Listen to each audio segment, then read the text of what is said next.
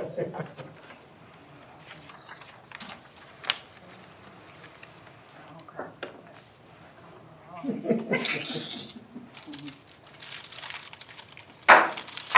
afternoon.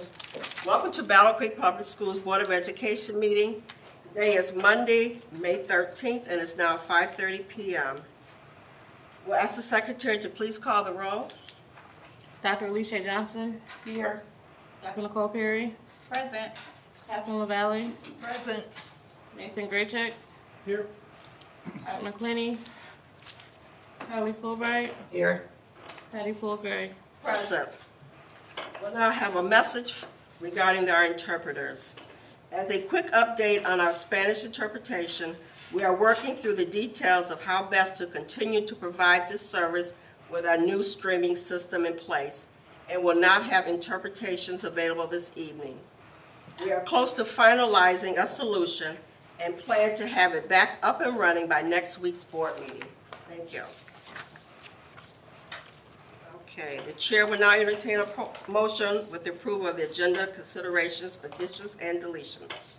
Madam President, Yes, trustee Fulbright? I would like to make an amendment to our agenda under reports and recommendations. I would like to move letter I to letter A and then move all of the other ones down a letter.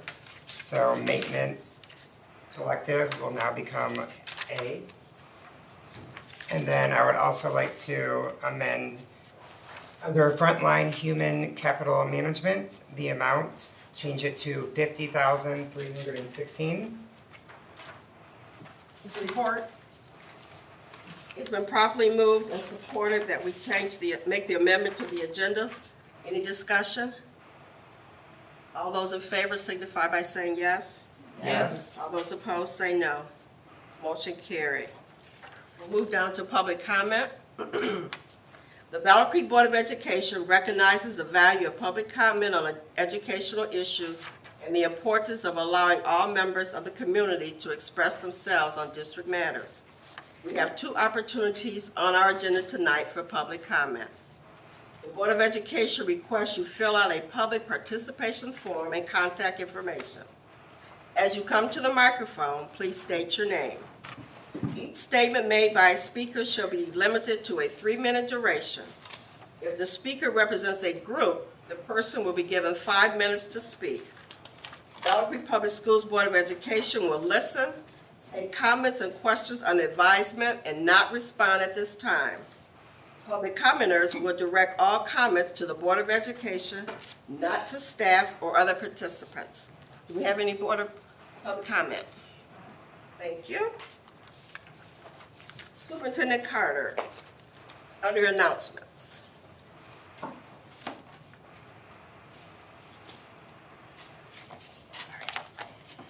Good evening, everybody. I am so pleased to announce that Dr. Anita Harvey has accepted the position of Assistant Superintendent of Curriculum, Instruction, and Assessment. We are excited that Dr. Harvey has accepted this new role because she currently serves as Director of District Transformation for Battle Creek Public Schools, where she has successfully led, managed, and provided oversight for district improvement initiatives. Prior to her appointment as Director of District Transformation, Dr. Harvey was the principal of the 9th grade academy at Battle Creek Central High School from its inception, leading staff and students to increased enrollment and academic achievement from the 2011 through the 2017 school year. Celebrating 26 years in education, her professional journey began as an elementary educator at Creative Arts Academy in Benton Harbor, Michigan. She was an instructional coach for secondary education in Covert Public Schools and the Dean of the Human Services Academy at Benton Harbor High School, which led to being appointed executive principal at Benton Harbor High School, making her the first female principal in the history of the school. Dr. Harvey has a deep conviction that every child deserves and retains the right to an equitable education regardless of demographic background, economic status, or ethnicity. She continues to work in her primary interest of research and school reform focused on systems design, change management, and leadership effectiveness with the goal of interrupting the patterns of academic failure that plague the urban public school system. She holds a Bachelor of Arts degree from the University of Michigan, a Master of Arts in Educational Leadership from Western Michigan University, and a Doctor of Education degree from Michigan State University with Administration Certification K-12 and Central Office. There were 33 external applicants and 2 internal applicants. 2 external applicant candidates and 1 internal candidate were selected as finalists. After reviewing, screening, and interviewing candidates, the interview team recommended, without reservation or hesitation, Dr. Anita Harvey be offered the position of Assistant Superintendent of Curriculum, Instruction, and Assessment. The interview committee consisted of myself, Dr. Michael Henry of HR, Greg Bish, Director of Elementary Education, Mitch Fowler, Director of Grants, Federal Programs, and Adult Ed, June Parker, Special Programming Literacy Services, Teresa Yeck, Curriculum and Instruction Coordinator, Tyler Gillen, Executive Principal at BCC, Christian Manley, Principal at the BC STEM, Kavana Matthews, Principal at Post Franklin, Jennifer Beck, a 9th grade Academy coach, Jennifer Greger, the Beat Academy coach, Lena Oliver, Dean of Instruction at Fremont, and Alexa Small, Talent Acquisition Manager. As you can see, there was a robust team. That's too many. I know. That's too That was many. everybody in a district. So, with that, I am pleased to congratulate and present Dr. Anita Harvey.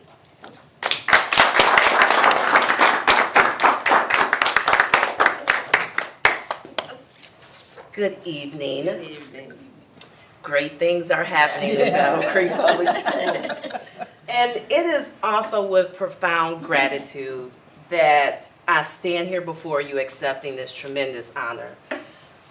Serving as the Assistant Superintendent of Battle Creek Public Schools, I am really deeply touched. Oftentimes, you don't know the impact of your work until you have an opportunity to have a mirror shown to you to say, I trust you in the next leg of this race. I trust you to sit in this next role to lead us forward. So I would like to say to those 49,000 people that were on the interview committee, thank you for this opportunity for me to work in my passion, to work in a dedicated space that I'm committed to continue this vision that we have for our students, for academic excellence for all of our students at Battle Creek Public Schools. I am aware of the weight that comes with this title, and I will not shy away from the responsibility. I pledge to do my best every day because our babies deserve me to show up every day to create change for them. As I embark on this new journey, I do so with a profound sense of purpose and optimism for our future of Battle Creek Public Schools.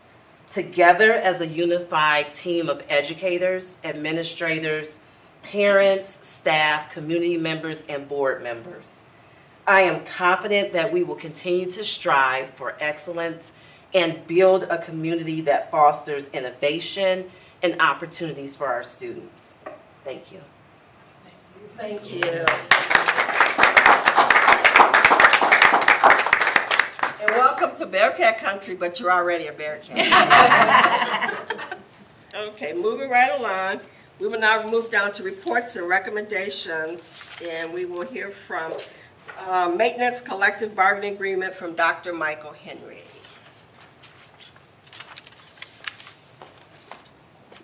Good afternoon. Over here, okay?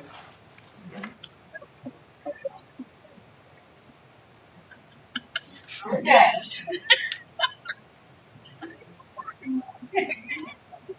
Good. Space either?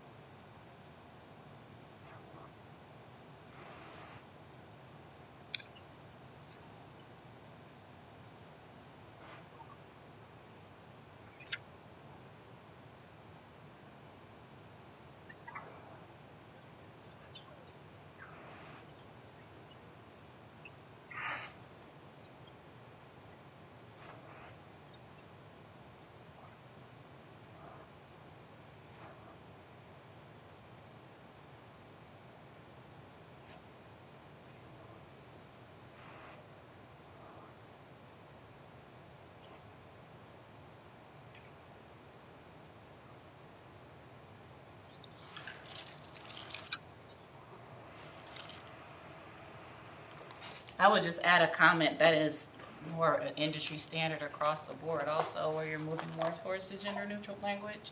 I know for all the policies we're revising in my day job, that's what we're doing as well, so that makes sense. Thank you for the explanation. And I have one question. I looked at the wages. Are they competitive with the other districts?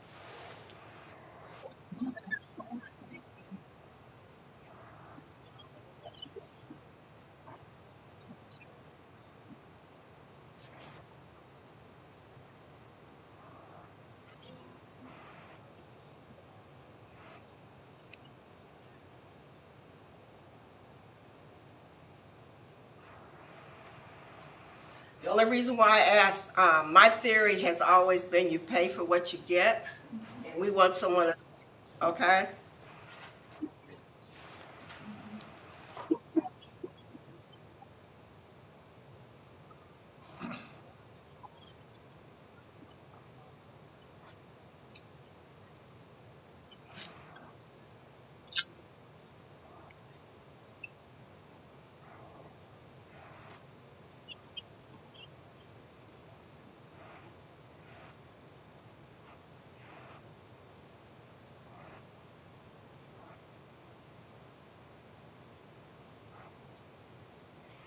Thank you. Any other questions? Thank you so much. Thank you. Drive safely. Safe driving.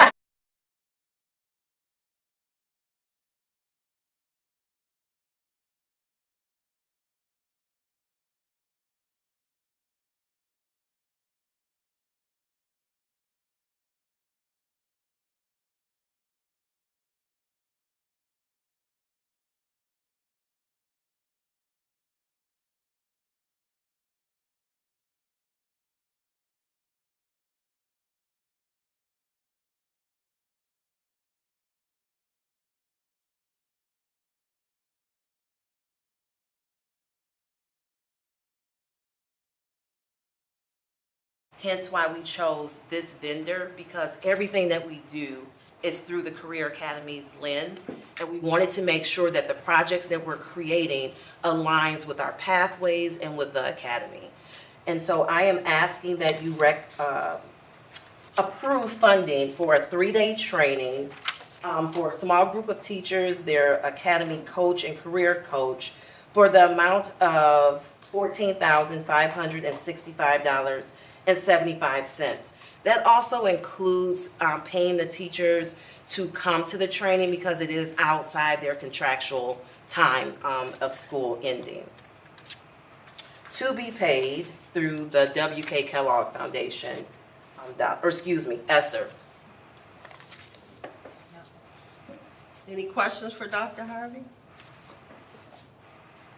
Just Trustee a LaValle? comment. I think it's really exciting that the next stage is happening with that pilot external group, the externships for our teaching staff, because that was always part of the plan in the beginning to welcome that externship for our teachers to get a real good feel of what companies do. Yes. So what Trustee LaValle is speaking of is we don't want to create projects just to create a project, but we want them aligned to what industry needs, and we're solving problems that our community wants us to think about. So those externships put our staff in the place of business, industry, and community to help understand better what are the things that our greater Battle Creek community is trying to grapple with, and then how can our students design projects to actually support solutions. Anything else? I have a question you just made me think of when you said that. Is there like a level of connection with the greater community, to your point, where the students, I get that they're trying to solve for it, but is there like some connection point where you're actually hearing from the community what they're grappling with? There are several touch points. So we have a steering committee that meets quarterly with business leaders, CEOs, community members, and we talk about what is happening on the side of education and the side of industry. So we hear directly from them. And then there are also advisory boards for each academy that meets regularly. And so we have those meetings so that we can understand that this is what's happening real time right now in industry. And so we have those two touch points. Anything else? All right, Dr. Harvey, just stay right there. The Michigan Equal Opportunity School Cohort 2024, Dr. Harvey. Yes, so I am asking for you to approve our membership into this cohort model, which is an amazing opportunity for our students at the high school level. And so what I wanted to do is for you to hear it directly from Principal Gillen and Carrie Briggs, who was our Bearcat Advantage Program Coordinator, why this opportunity will be beneficial for our students in accessing advanced educational opportunities.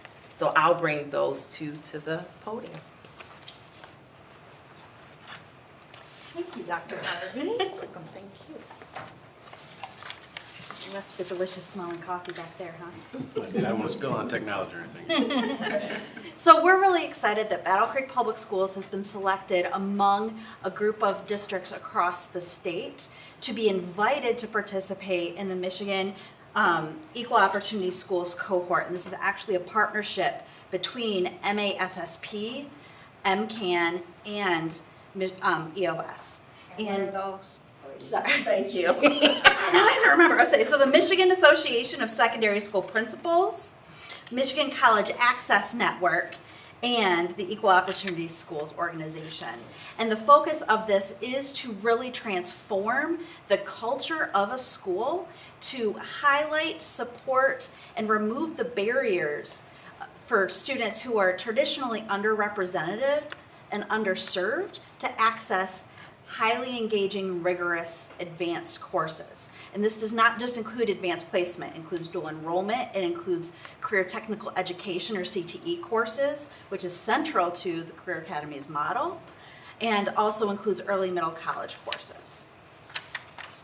Do you want to add anything before I roll on? The only thing that I would uplift and highlight is that it's really part of our strategic plan moving forward, is that we know that we are extremely underrepresented for historically marginalized populations with having access to more advanced coursework, engaging in classes like AP, dual enrollment, etc. So we really want to make sure that instead of it just being a goal that we want to make sure that we're attaching some strategy, some coaching, and some deliverables to ensure that we shift our program offerings and the level of support to ensure that we get kids to the readiness to engage at that level. Mm-hmm.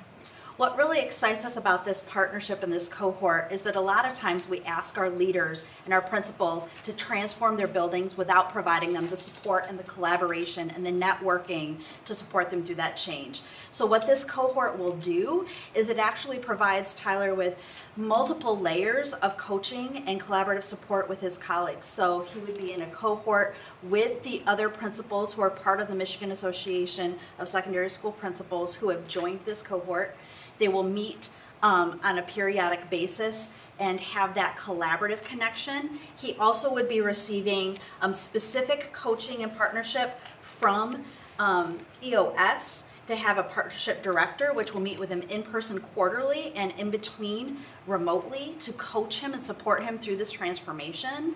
And then also membership in this cohort includes membership of the MASSP Strengthening Leaders Program that provides an additional coach and support to collaborate and walk alongside Tyler in this work. What I found really exciting about the partnership presentation was that they are really helping the principals. They're doing a lot of the heavy lifting, a lot of the data analysis and directional pieces. Even once in phase 2, when we get into professional development, these partners do a lot of the heavy lifting instead of just saying, here's a plan, go and do it to the principals. Tyler will have those partners right alongside doing all of the heavy lifting with and for him and collaborating in that. So there are 2 phases. We are asking for the approval for both phases at once because it is a 2-year commitment. And so we wanted to make sure that we were transparent in that ask right up from the beginning. So phase 1 really focuses on the initial pieces of the cohort and really getting into analyzing where the school is at, getting the picture, getting to know our students really well, our staff really well, and looking to see where the picture is. And the second half of phase 1 is really helping building leadership and planning what those next steps and phases are. So then in phase 2, it really steps into the actions and transforming pieces, and also brings in some additional professional development support for the staff. Now, we talked a little bit about what is done in the classroom, such as the previous request for project-based learning training.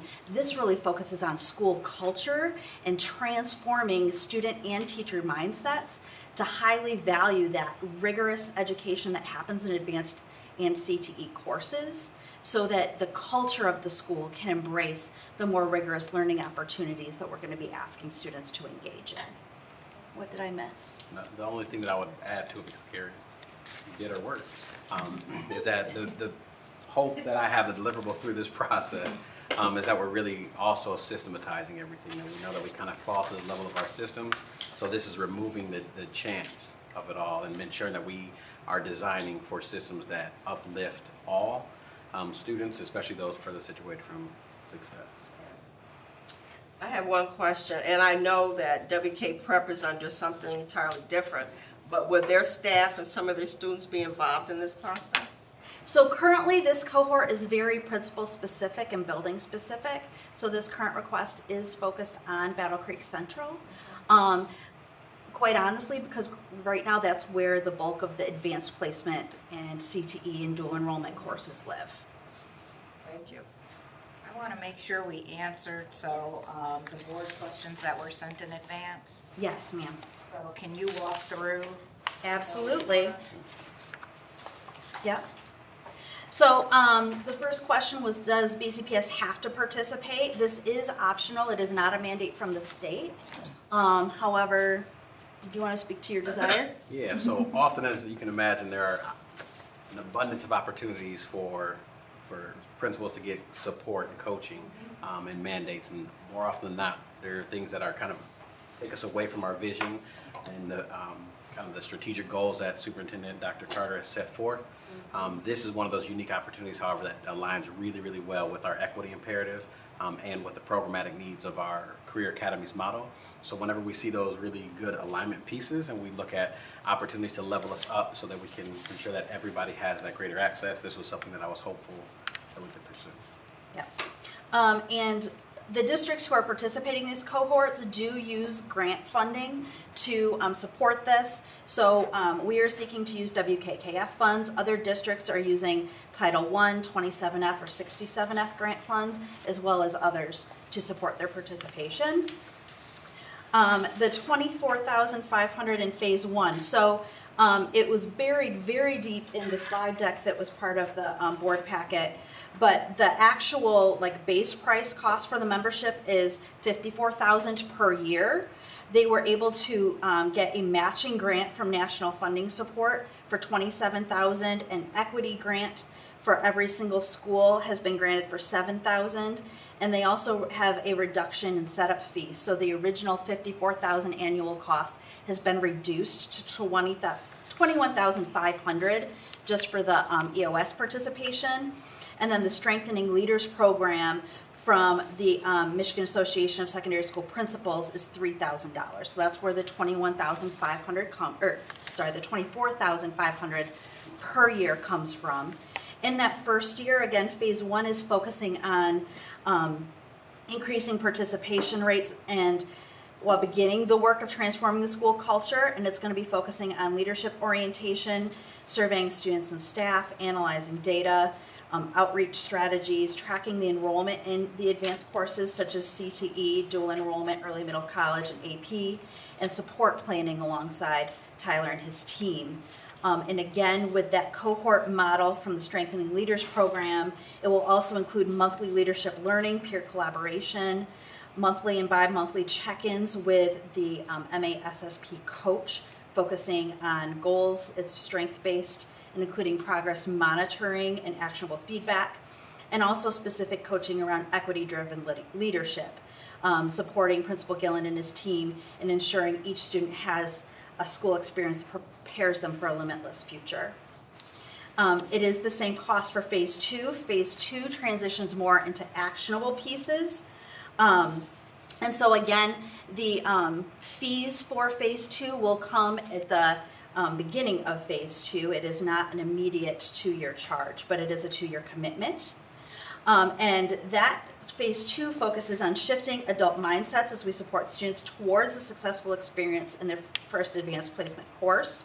It focuses again on additional input from students and staff and additional data analysis, monitoring student grades and the effectiveness of supports that have been put in place, and also beginning the Belonging Workshop series, which is professional development for staff. And this really focuses on diving deeper into equity concepts as we support students towards successful experiences in advanced courses, reflecting on those key equity concepts to drive larger conversations about school culture and classroom experiences of underserved and underrepresented students, and focusing on removing systemic barriers and increasing students' sense of belonging and transforming adult mindsets.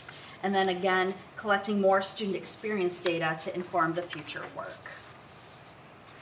And again, that second year cohort also still includes participation in all the additional supports from the Michigan Association of Secondary School Principals. Tyler already spoke some to the recommendation of how this complements the work for career academies. And then also thinking about how this supports the work that is happening to prepare staff and students for the work in project-based learning. And again, this is really focusing on equity and building the belief that every single student deserves rigorous learning experiences, and how that is so essential to creating the success for our students in the future. So creating that school-wide culture that values rigorous learning and academic achievement will lift up all of our students, whether they're in advanced placement courses or not, but also helping to remove those barriers, even the social barriers, to accessing those courses. My understanding is, as we move forward, the cabinet level district leader who will work closely, so the director from EOS and the coaches will be working most closely with Principal Gilland, who will be supported by the assistant superintendent from the cabinet. Were there other board questions that you would like for us to address? Trustee LaValle? Thank you, President Poolgray. You've done a nice job of addressing the questions asked. I'm curious about how many in the cohort along with this. So they are still gaining members for the cohort. My understanding, based upon those who were in, is they're hoping to get at least 20, but there is some room for further. The schools that were, I wish I had written down a list of the schools, all of the schools who were invited and on the Zoom call for the introduction were all schools that we think of as our colleagues and our So in equity work across. urban districts. Yes, like, and that was basically the litmus test for who they invited. Is they specifically said they wanted to invite schools that they knew were already diving into the equity work and already had a very strong central focus around equity, because this is the next step to that work. And they even said in the call that if you have not done work around equity, this may not be the year to join the cohort, that you need to do some of that groundwork first before diving in. Thank you.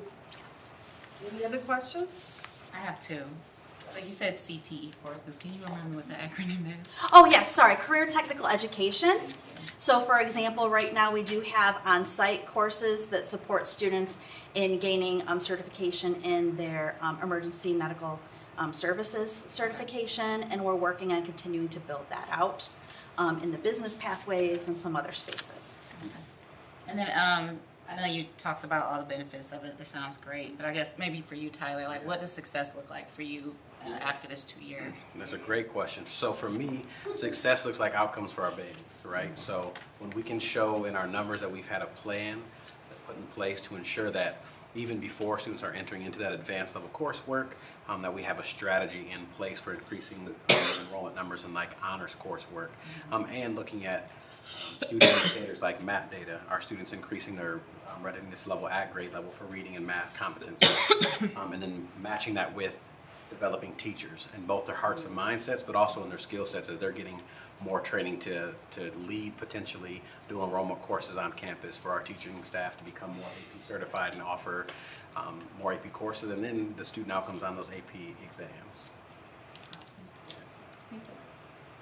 Anything else? Thank you so much. Okay, moving right down to Van Andel Institute, Dr. Harvey.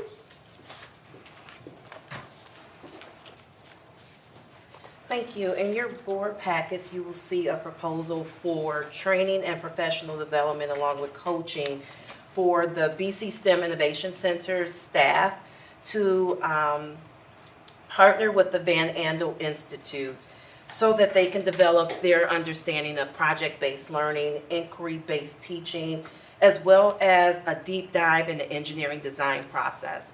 And the engineering design process is one that anchors the integrated STEM curriculum. So it's really necessary for teachers to understand what it is and how to teach it. Hence why we partnered with the Van Andel Institute, because that's one of the things that they specialize in.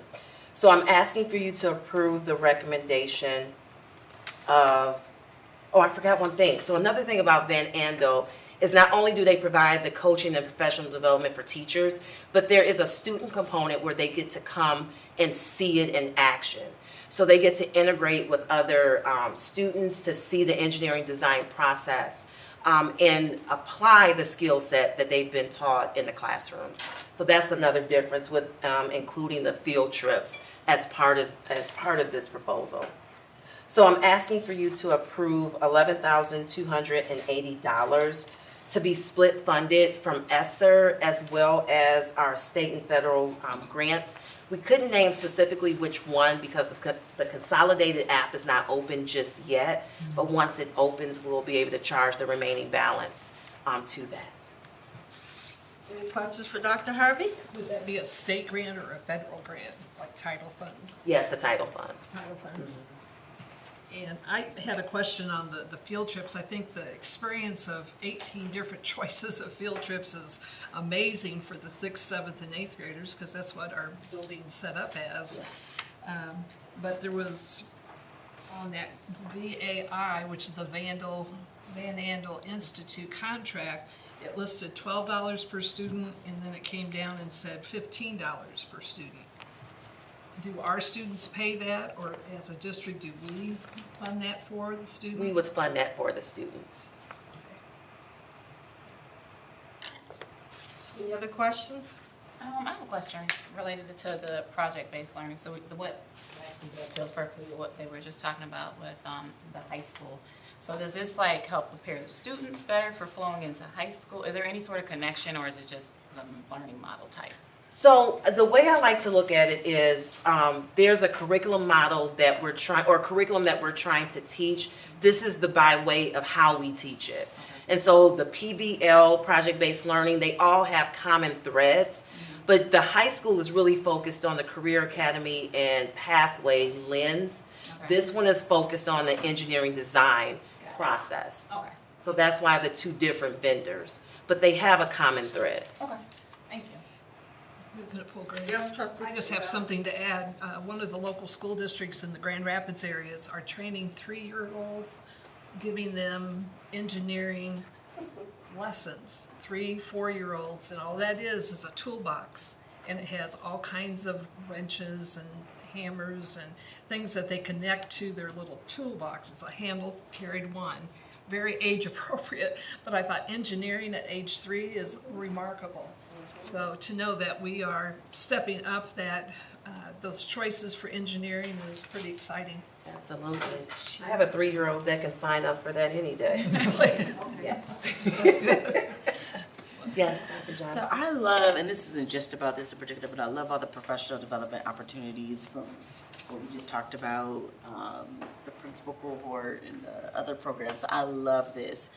And I'm wondering about how do we, and this may not be an answer you would have, but I want us to think about how we, when we're laying out like our strategic plan and we're saying this is the direction we want to go in, like how we embed that somehow, so that it doesn't just stay with the people who learn it, right? So like how do we think about how to make these professional development opportunities sustainable and like develop the competency in them? So after they attend the trainings and seminars, how do we continue to evaluate whether or not they're proficient in those models and practice some of that and continue to pass it down so that we don't lose it? Yes.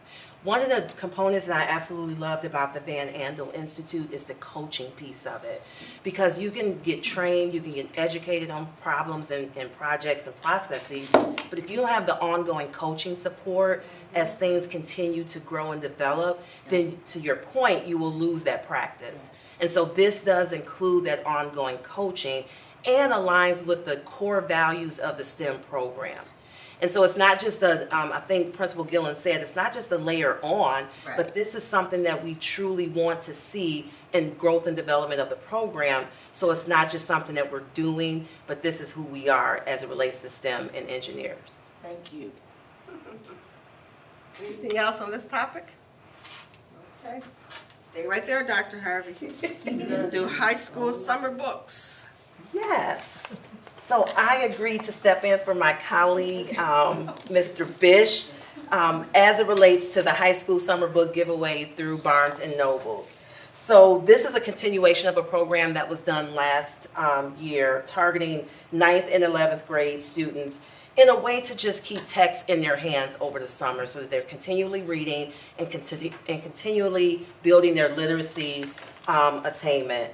And so with this program, students are given and allowed to choose books of their liking along with a reading journal to document their understanding of what they are reading along the way.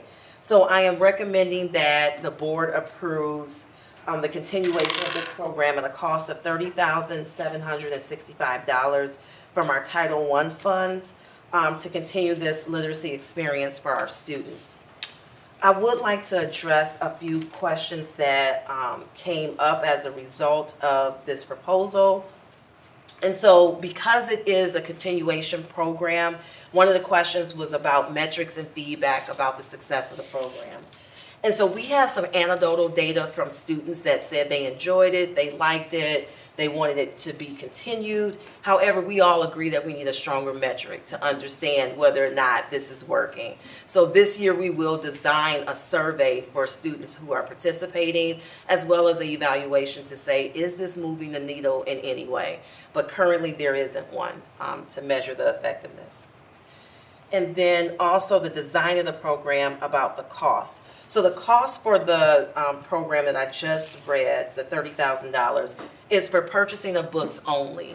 The coupon is an incentive to get students to read the book and bring the journal back and potentially get another book. So it was just one of those incentives that we thought would be a carrot for a student to participate. But we're certainly open to different alternative rewards and incentives for this program as we redesign. And then also the next question was about, offering different incentives. So again, we are looking at what are some alternative rewards and incentives if approved. Because maybe 20% coupon is not it. Maybe our kids want something else. Some snacks. Right. Any questions for Dr. Harvey on this one? Thank you so much. Okay. Phone server upgrades, Dr. Ryan Miller. It is my turn. Evening, everyone. I'd like to just acknowledge that I was not one of the 49 on the committee for. Well, congratulations, we couldn't have made a better choice. Just had to get that out of the way. So phone server upgrades, not the most exciting recommendation, but our phone servers, there's 11 of them basically that run the server system, the phone system for the school district. They've all been installed in 2019 all at the same time, and so they have run their race, so to speak. 4 to 5 years is the expected lifetime for phone servers. So the hardware themselves, those computers need to be replaced, and the software upgraded. So that is the recommendation in front of you. The approximate cost is somewhere around $15,000, and I'm just recommending a little bit of a contingency there because, especially for the primary or main server, that price point can be pretty volatile. We tried to do our best as far as the estimates, and you have those quotes attached in the superintendent recommendation. So that is the recommendation. The technology operations team that works with us from Calhoun ISD, they will handle the installation. They already handle the monitoring, the evaluation, and the maintenance for our servers in the district. And I will coordinate with them to make sure that the installation happens after school is out, but yet before, really before the next fiscal year. Any questions? Yeah. I noticed there was like a huge savings on it on the listing you signed Yeah. up. What was that from? That's the ISD's practice. So like depending on the model, so if you don't go with the brand new model that just got released, and then also the educational discounts. Okay, I mean, it was like Yep, I know. So you kind of just do think of the main servers like the quarterback, and then the other 10 servers are the rest of the team out on the field. So that main server you lost me on that metaphor, but okay. it's the expense. The main server is the expense. Just like Tom Brady's contract. Sure. Yes, I know who he is. Any other questions, Trustee I would LaValle? just comment that it's really great that the installation is taken care of by our agreement with the CISD tech team. So that's beneficial This is and definitely- cost savings. Absolutely. Any other questions? I have a quick question. Is it, I see the timing was after school ends. Is summer school gonna impact or have to speed that process up? Will that be- That's a great question. We'll minimize the disruption. So it's literally unplugging one machine and plugging in the network cables to the other. So even we'll have operations happening at every building, right? So the phones will be down. I have to work with the team to figure out the timing of that, but it would be pretty minimal disruption. And we can time it to make sure it's happening after, either before summer school hours or after. Any other questions? Thank you, Dr. Miller. Thank you.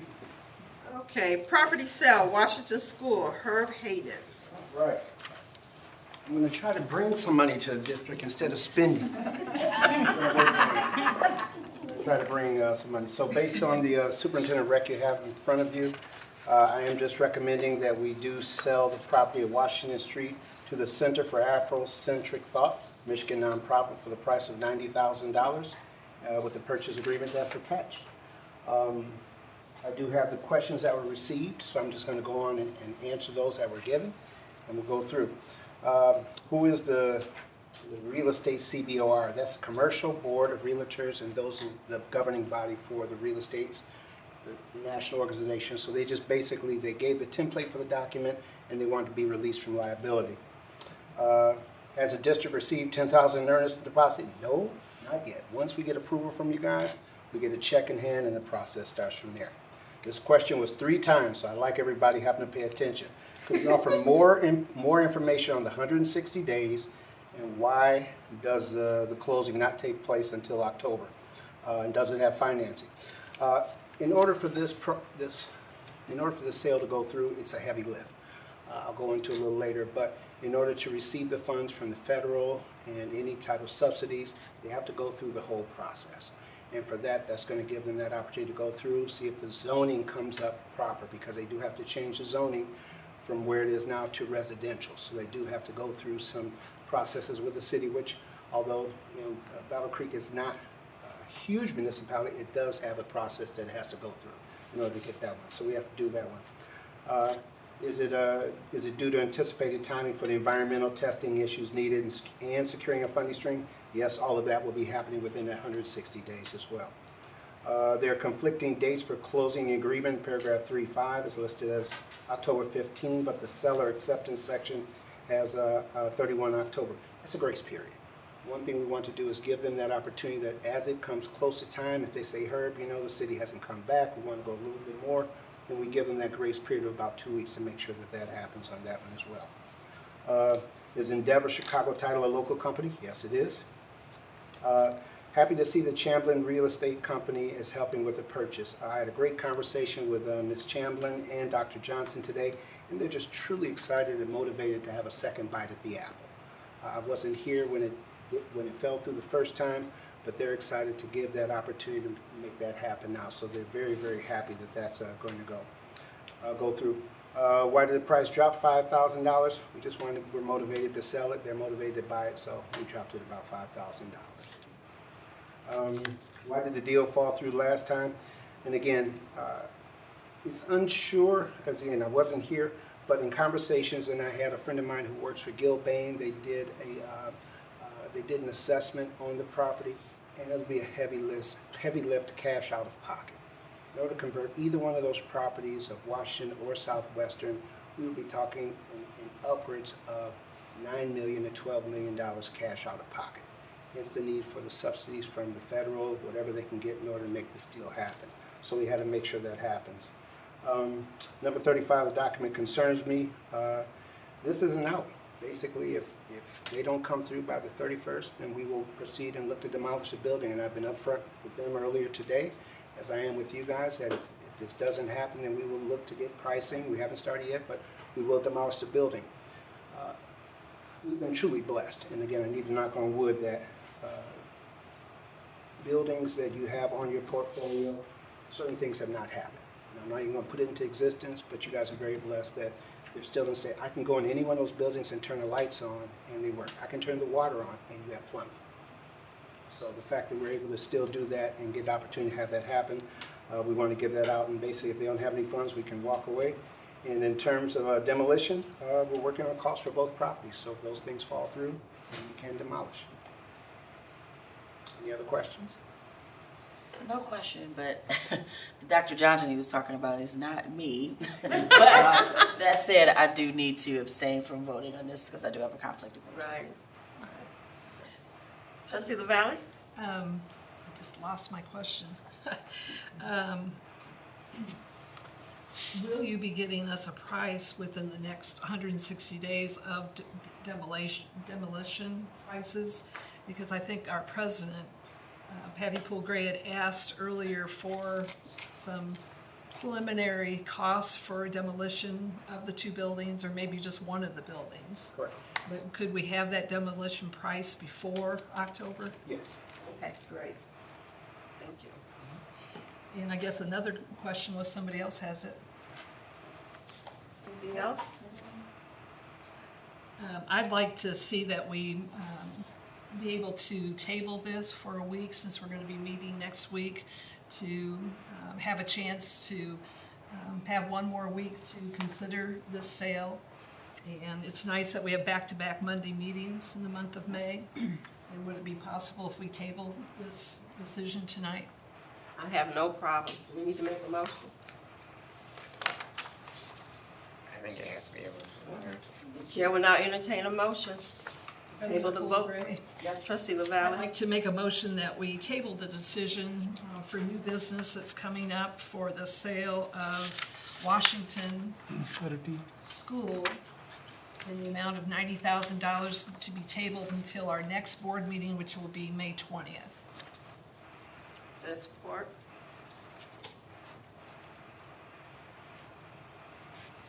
No support. You can support it. Oh, I support it for next week.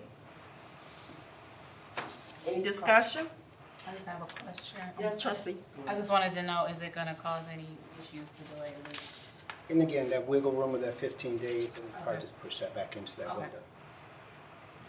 Any other discussion? Trustee McClinton? That was my question. I wanted to know why we were tabling, if it was gonna cause any harm. It's not gonna cause any harm, you disregard my question. Thank you. I think what we needed to have was more information, and Dr. Hayden tonight has done a good job of filling in the missing pieces. That reading that sales agreement was not only tiny print, but all the different areas, and then we just didn't really understand why 160 days. He spelled that out well tonight for us. But since we have the luxury of one more meeting for the month of May, I think it'd be wise to table it. I don't have an issue with tabling it. My issue is we've had this building for God knows how long. If somebody has the means and the finance, I don't want to see us hang on to this building anymore. We've been through this, at least I have, quite a few times sitting on this board. You have too. So if somebody has the money, by all means, please get rid of the building. Oh, I agree with you on that. I'm straight serious with that. That building has been sitting there, it's been vandalized, we had to put money into it, board it up. So if Cut the it's grass. we cut the grass, we had this buyer, we had that buyer, so I don't understand why we That was tabling it, more- but I have no problem with it. That was kind of more for Southwestern because that building was being picked on by the neighborhood. No, or that whatever, building the was, sewer. Washington too. Washington began to follow that, and I just think 1 week would be important. Any other discussion? Like I said, I don't have a problem with it, but if we got the money and somebody's gonna buy it, get rid of it. Yep. Before we back here again another Any- year. Ready for the vote? We have to do a roll call, right? Yeah, we probably need to do a roll call on this one. Well, a roll call vote, please. Patty Fulbright. No. Yes. Oh. She said Patty Fulbright. You're next. Charlie Fulbright. No. Ira McClenny. No. Nathan Graychick. Okay, I'm sorry. It's yes, no, it's yes, delay it. No, to not delay it. Correct. Yes. Catherine LaValle. Yes. Nicole Perry. No. Dr. Johnson's not voting. Patty Fulbright. Yes. This is what? Which means it passes. Passes. Okay. Okay, one more week. Okay, moving right on to Safety and Emergency Response Manual. All right. Hayden. This time I'm spending money, so I'm sorry, guys. Spend some money. What I have before you is a super recommendation that we put together a comprehensive emergency operations manual. And this is one that will definitely help the district in putting all of this together. One of the questions I'll answer is that we do have some things in place, but I'll refer you to an incident that happened a couple weeks ago where, you know, we did a wonderful job. This manual will bring everything together, so we'll know who's on first, what's on second. When we need to bring the law enforcement in, it'll bring all that in there. So I'm asking that the board do approve an amount of $46,894 come out of State Fund 97 for that one. Which is the safety grant. Safety grant, okay, thank you. And the questions that we did have on that one again, and I do appreciate this because this helps me make sure that you guys understand and I understand as well. Safety and emergency, what do we have in place? As I alluded to before, the district already had an emergency operation plans and a building emergency procedure. And what this will do is combine them all into one for the district, having individualized plans for each building. And then have emergency response to specific needs and circumstances. So everything from a train derailment, tornado, everything is all that going to be comprehensive per building. It will also give us a chance to coordinate the local law enforcement. And I want to give a shout out to Trustee McClenny for connecting me to the Sheriff's Department and the CPD to make sure that they are on board with this, and Officer Perry as well. So we're all on board, and we know should anything happen, everyone's going to know how to come in. We have a special situation over at Valley View in Springfield. So we're also going to be bringing in the county because I had to understand how that works. They don't have their own, so all that together. But that brings all that together. That'll be in one manual that everyone will understand for that to happen. Glad to see this happen. Does a vendor have a training for the manual, and will there be created? Will be a plan created? Creating a training plan is essential for ensuring that all the school leadership and everyone is well prepared. The old adage is you want to need it, you want to have it, not need it, then need it and not have it. And we want to make sure that all of our leaders are going to be trained on knowing what happens building specific. And that's going to go everything from the communication all the way down to everything there. Since some elements they mentioned are already in place, the training will serve to consolidate the existing practices with new procedures outlined in the emergency manual, and will just get us ready and be better prepared. Any other questions? Yes, trustee LaValle? I think it's great that this final manual could be ready by August of this year. That's pretty impressive.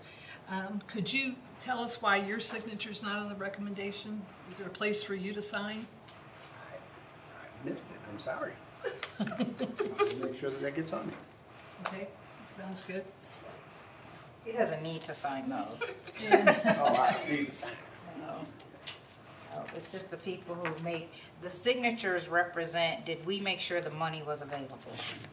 That's what those signatures are all I about. see. And did the, So would you be our district project officer that's referred to in the board packet? Sounds good. Yes, trustee Fulbright? So if we're consolidating everything and, like Battle Creek, Police Department will have like a book or one consolidated thing, that's for our district, but I guess so will they have a separate one for, because Battle Creek, Police Department also does Lakeview and Enfield, I don't know, well, for sure Lakeview. So will there be like two different books, like one for us and one for them, or what if they get mixed up? Like, I guess I'm just confused with if we're consolidating and doing all this, what about, and maybe you don't know the answer to this, but what about like the other districts that the police department serves? So, I don't have an answer to what the other districts are. Right, yeah. As I mentioned, because Battle Creek Public School is also part of Springfield School District, and what we have here, that's why we have to incorporate the county sheriff department.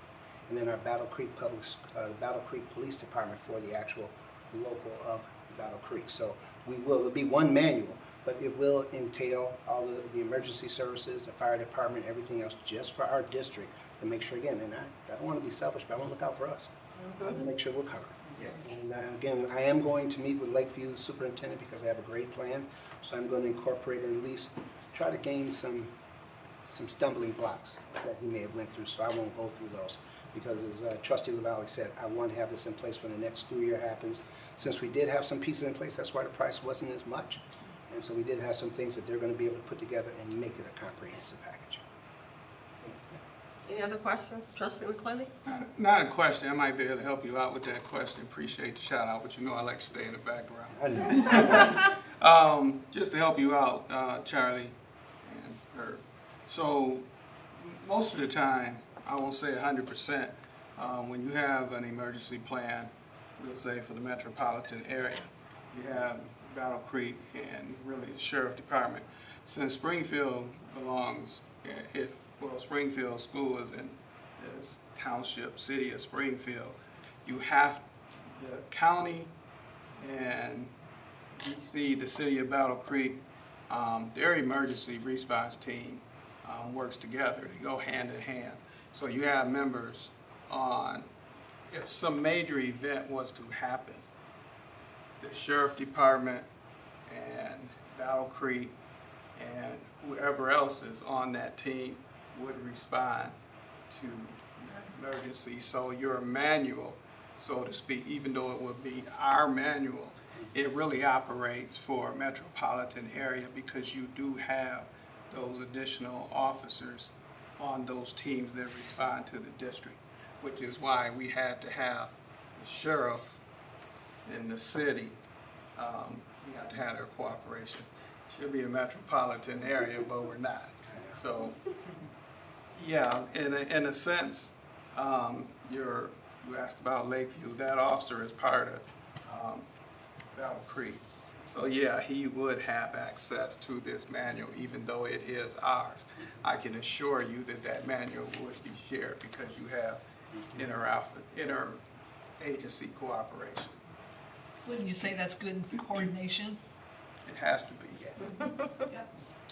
Yeah, and in my background, that's one thing, what we've done in Detroit and Milwaukee was one thing that you did. You want to get everyone, because like certain special response teams, maybe people from the county, maybe from the municipality, maybe from over here, and they all have to coordinate their efforts to make sure that whatever happens, we're all on the same page, we all know what it is we need to do whenever this occurs.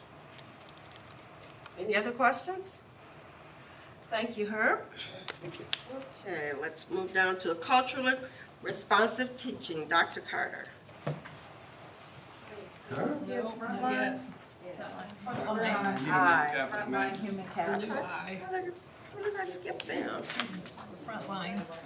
Okay, frontline human management capital. Alexis Small. Good evening. As included in your board packet, I'm requesting approval of the following additional solutions to our district's human capital management system, Frontline. Frontline Central, Human Capital Analytics, and Learning and Collaboration Resource Library. Implementing these additional solutions would allow our district to operate a comprehensive and fully integrated human capital management system that will effectively manage the employee life cycle from recruitment and onboarding to development and retention to offboarding and separation, in addition to streamlining the candidate and employee experience.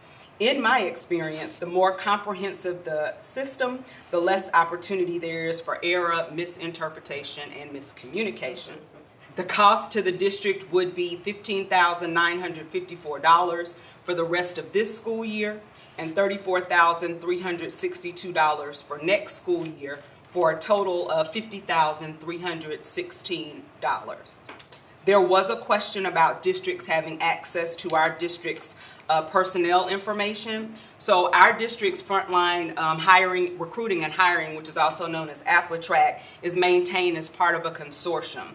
And so any member of that consortium has access to anything that we may transmit via AppleTrack. So Frontline Central, one of the solutions, would allow us to send documents electronically and confidentially, since it wouldn't be a part of the consortium.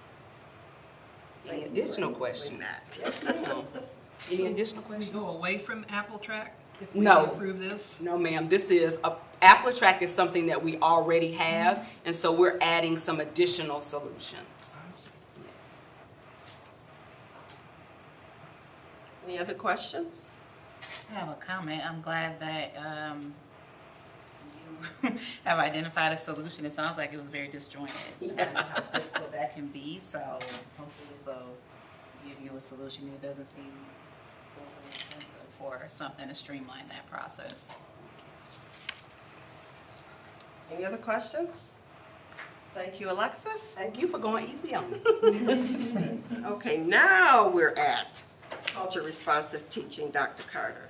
Okay, so I am excited to continue to bring forward the work partnership that we are doing with Urban Connection. My apologies, I didn't open this up. Number 12, okay.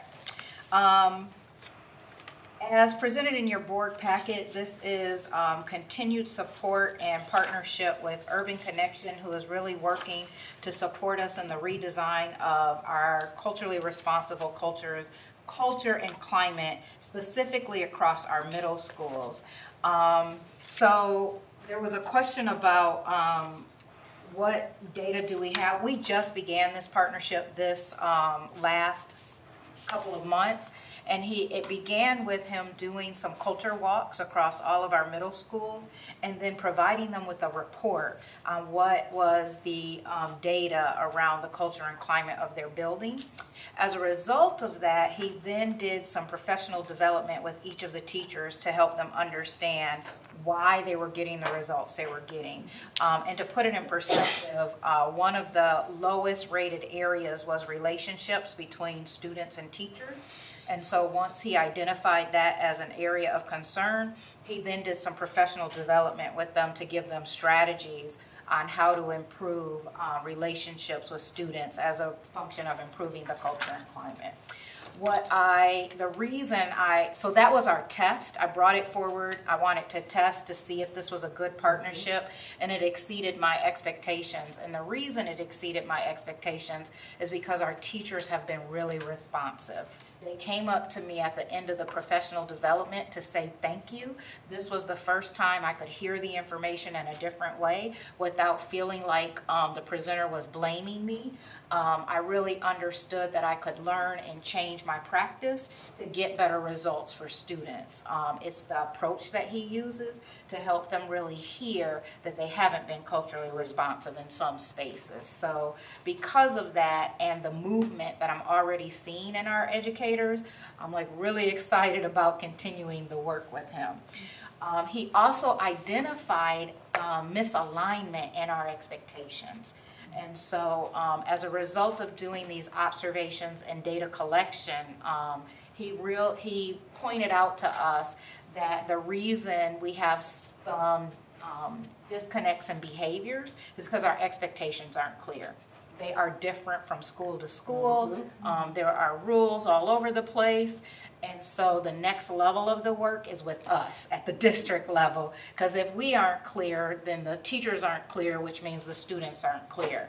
So what I'm bringing to you today is to bring them back, and we're going to do a 6-hour session on really improving our expectations for student behavior. And then he's going to work with district and then also work with principals. I think I answered the questions that were sent in advance, but I'm going to open it up for that. Who gets the May 28th training? The May 28th is coming up. That is all of student services and TLS. Okay, thank you. The portions that work with school leaders. Yeah. And then the June 6th is with principals and building leaders. I will say that this is only one part. This is the district level training I'm bringing. I'll be coming back with another contract for more building work. So for example, Springfield has identified that, yep, we have some culture issues. We want to continue to work on that.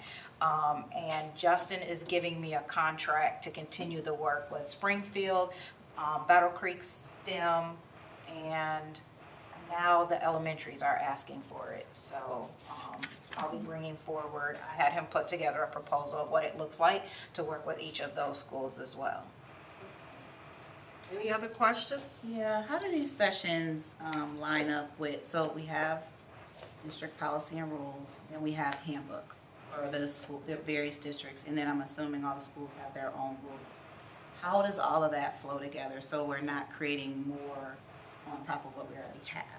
So what he really has suggested is that we eliminate some of those rules because they were just too complex. So that's what we're going back to the drawing board. So you have the code of conduct, which is what are the consequences for behaviors, right? Yep. But what he is trying to help us do is be really clear on what does appropriate behavior look like in the schools? What do we expect of students?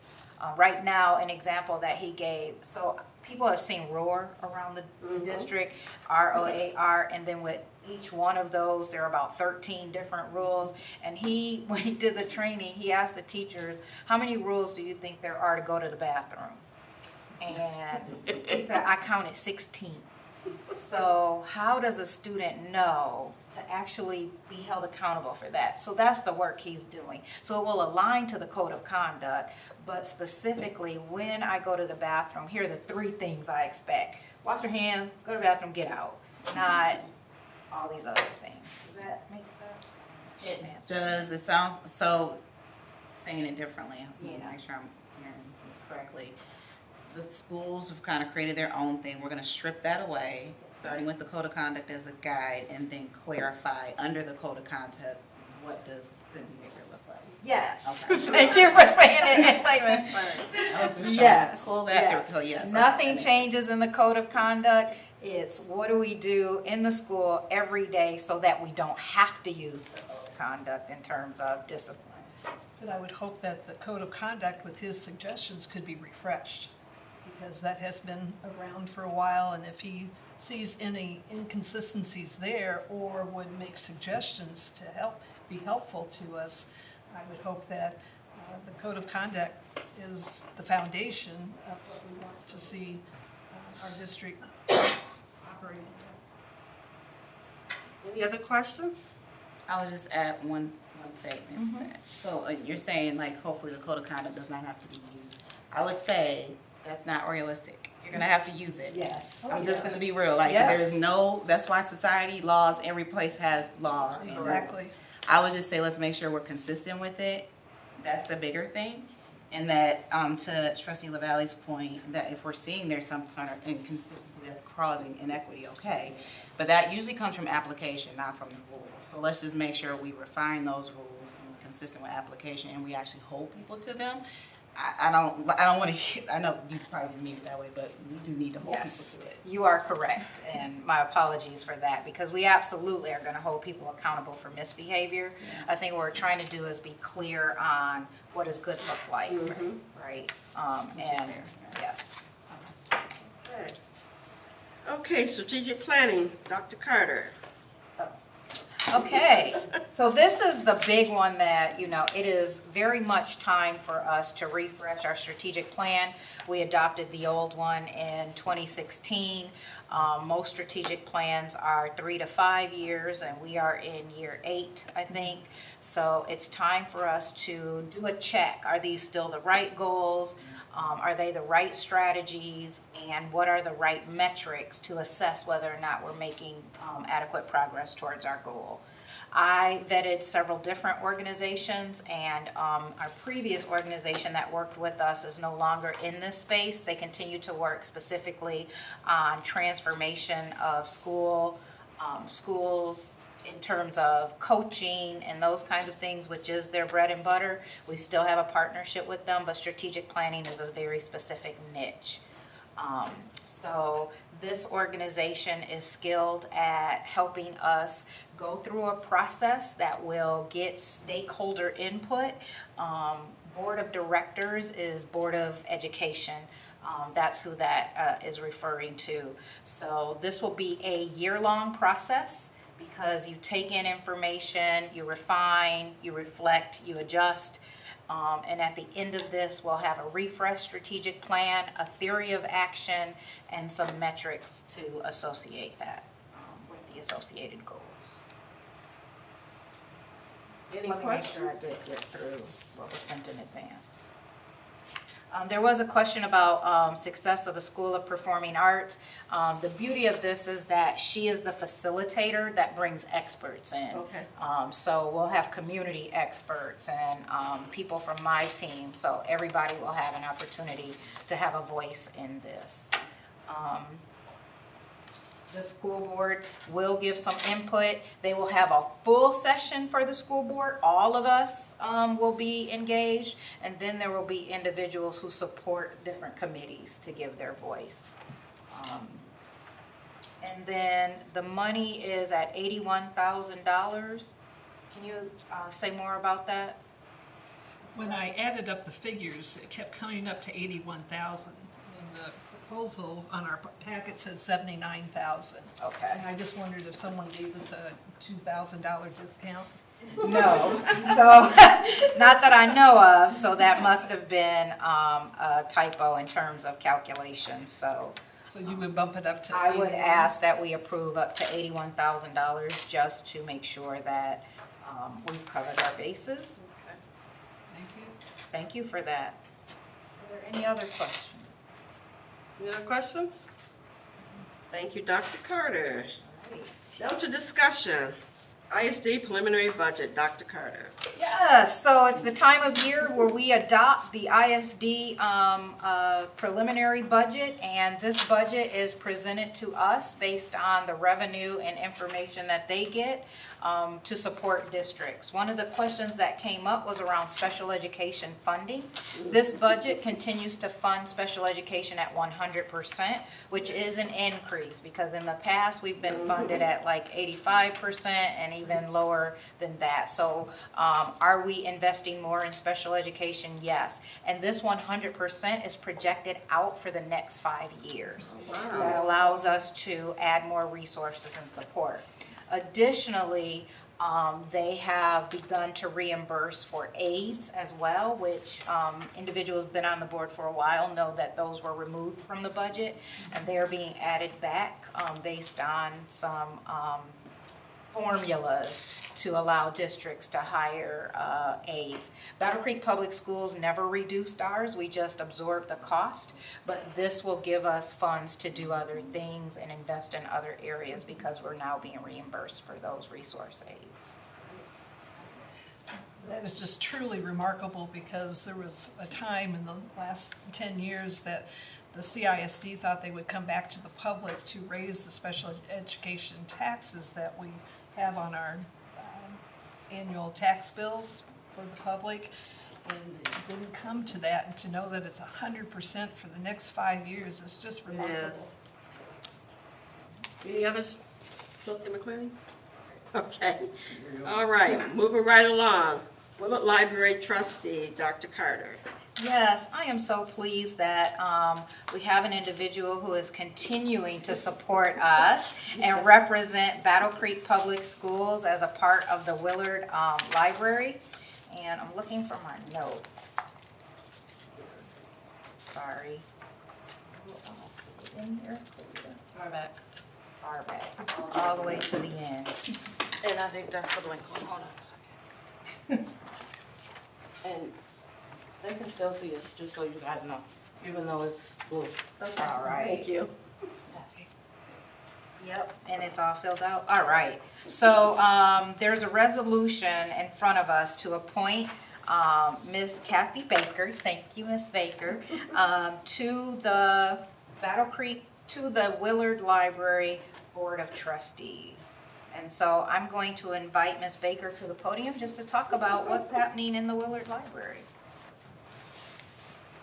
It's nice to be here. It's been a long time since I've been in these spaces, but it's nice to be here. I just want to give you a quick snapshot of who I am. Some of you I know, many I don't. Kathy Baker, graduated from Lakeview, KCC, Central Michigan University, Western Michigan University. Taught at Lincoln until 1999. We were the first school that had to be closed, which was very sad. Transferred to ANJ, retired from there in 2005. Was asked by Chandra Youngblood if I would consider doing the library, and I said, sure, why not? And I loved it, and I did that up until 2019, so 15 years. So I've been involved with the school district for about 50 years with kids. And actually, Kathy and I ran for the trustee position at the same time. I got it, she didn't, but she's been a good hard worker for you, so I think that was a good trait.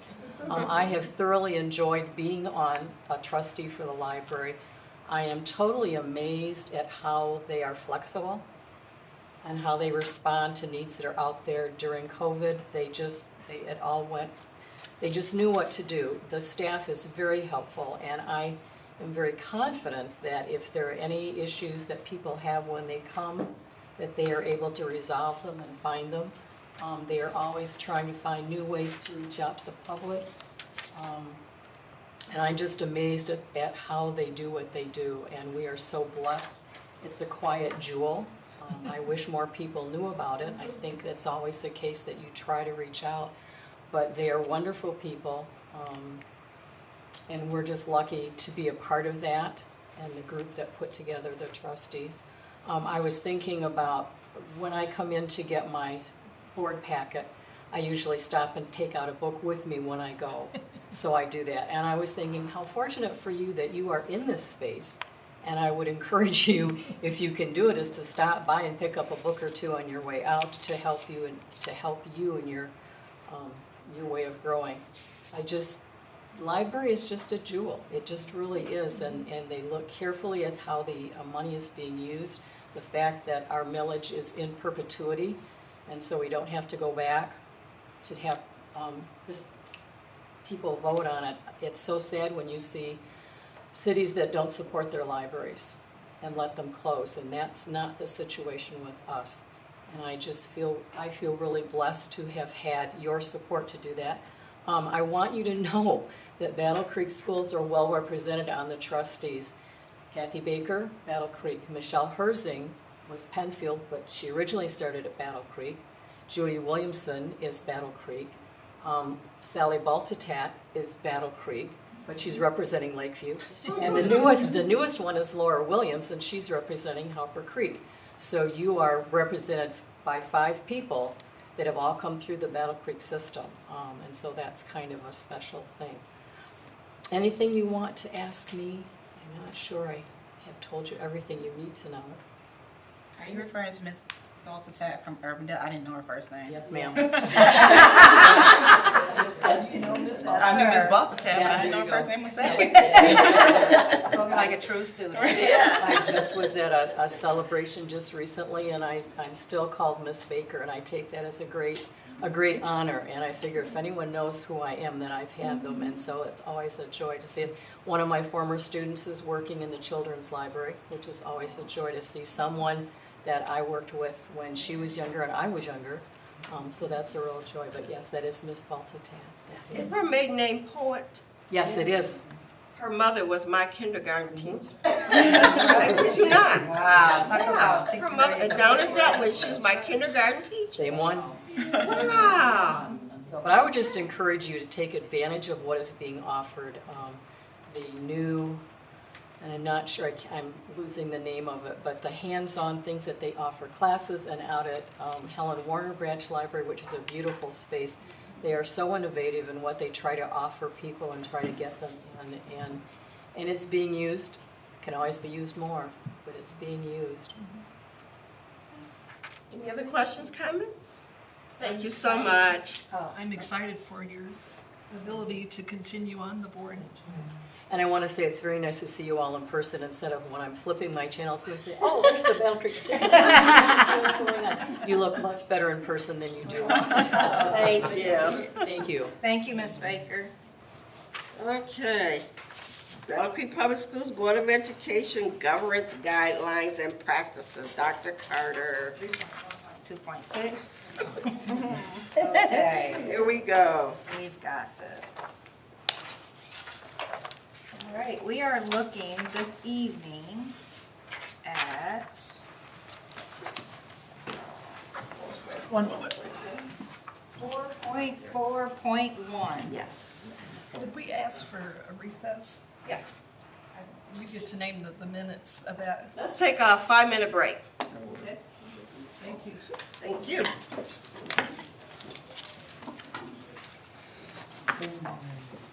I'm so glad you came.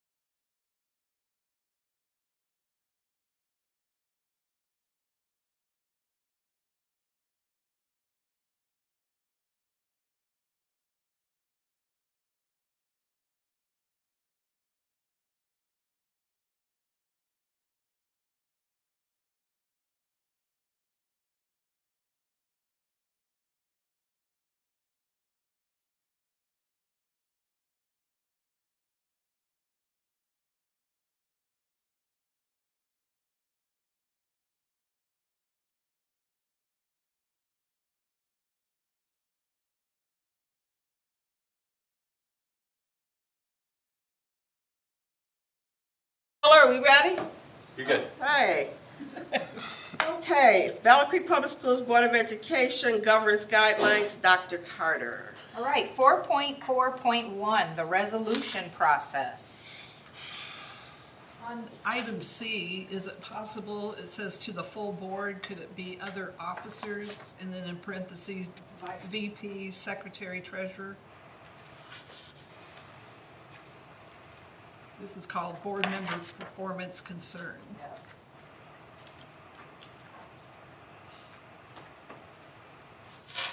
So what did you want to add? I would just take out the words full board and be specific. Other officers, parentheses, VP, secretary, treasurer, parentheses. So you don't want it to go to the full board? Is that what I'm understanding? I just identified who at the full board would be in that resolution process.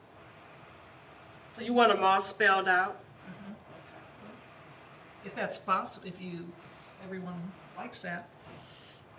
I don't think we need Reason, to. I guess, is why. It just says full board, so that, I would think that would include everybody. Anyone else's thoughts? I think it's clear the way it is. I did have a question on C though, and I don't know if we add clarification, but my question is like, in what context? So do we add it to an agenda item? Is it a closed session? Like, Yeah. it's brought to the full board, but how, practically speaking? Yeah, yelling it out or something like. Yeah, I'm you not, know.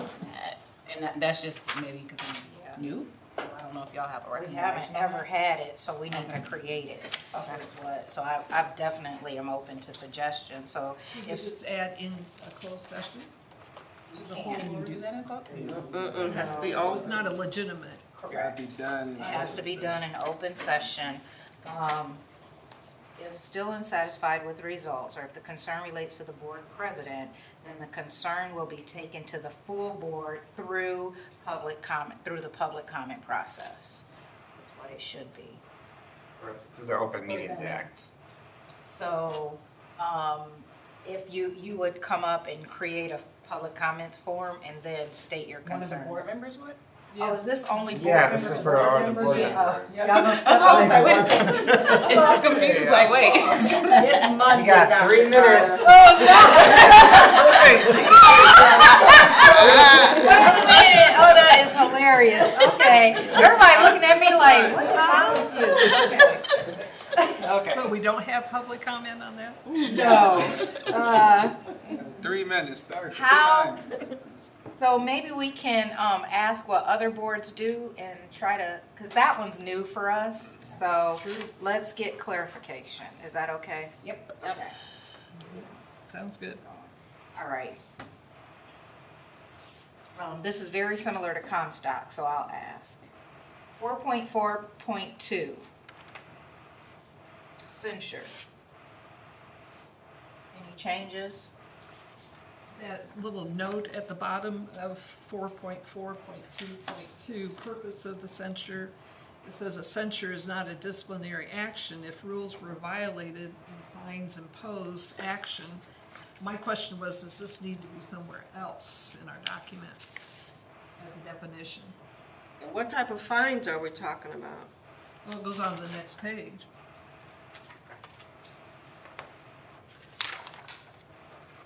The clarifying thing for that is it's just saying that, hey, this is not disciplinary, but just as a note, right? It says no. But I like your question about what are the fines. Do we as a board set the fine amount? I think we should take that out. Yeah, because I talk.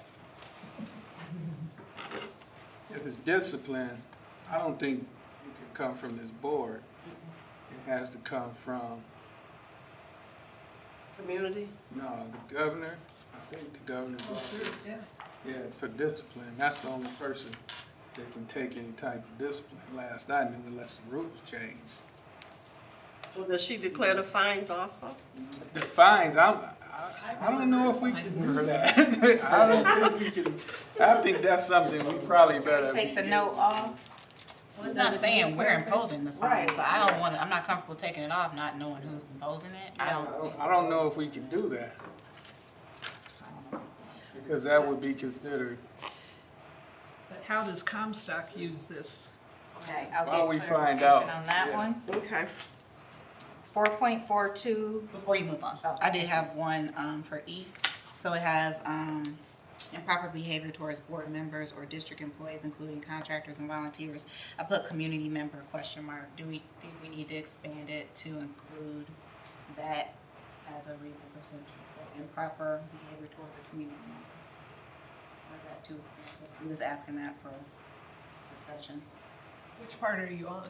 4.4.2.2. So at the bottom of page 27.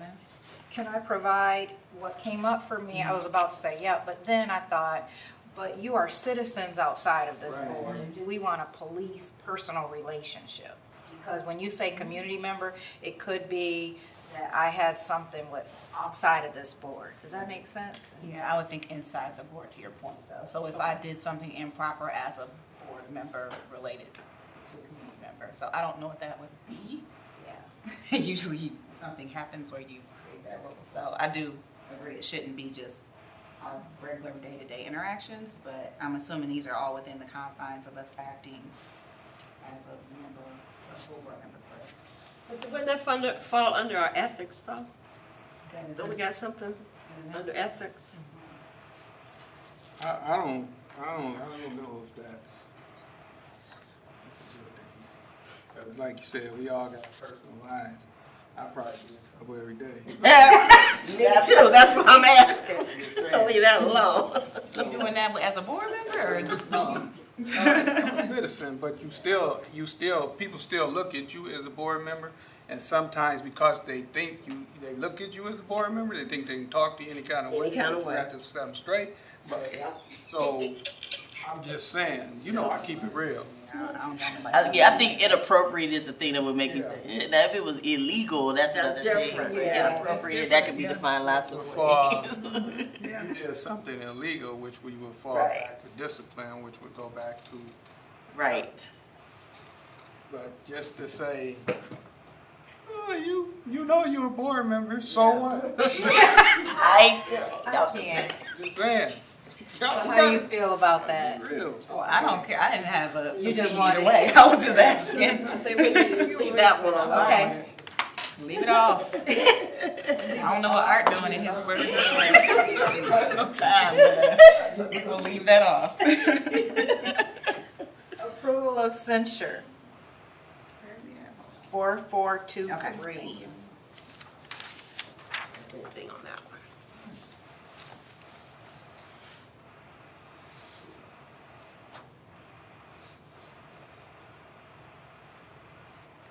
No, I'm gonna keep moving so we get Yep, out of keep here. moving. 4424.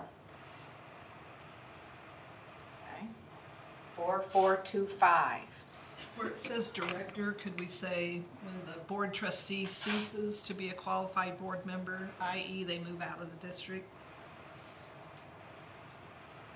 When the, That's I think the term would be 4425. trustee for us, though. We use trustees. What's that? Instead of director, Trustee. we would say trustee.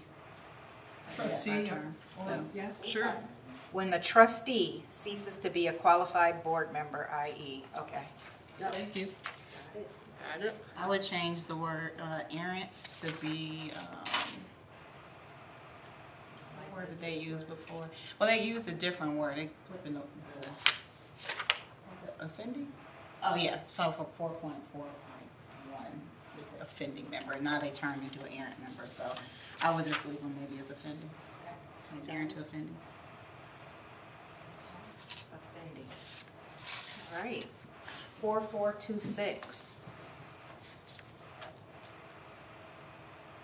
I just had the how question again. I don't get practically how that would happen, but that's nothing. Maybe that's a follow-up. Okay. That one, I think, I have seen that happen in other places, and that's an open meeting. Somebody makes a motion. Got it.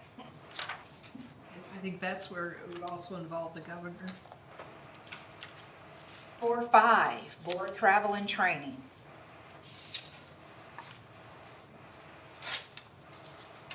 I would add to that A, where it says CBA 102 through 109 for level 1 board certification. It says within their first year, could we make it 2 years on the board? Everybody okay with first 2 years? I'm okay with 2 years. That's fair.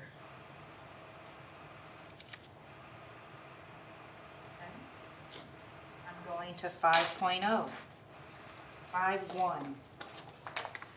How about that E at the top? On the page of 5.0, board members are encouraged to share a conference summary at an upcoming board meeting. Where are you, Catherine? E. I'm at the very top of 5.0. It continues on from 4.5, but it's E. It says to give a class, and I would take that out and just say share conference summary. Okay.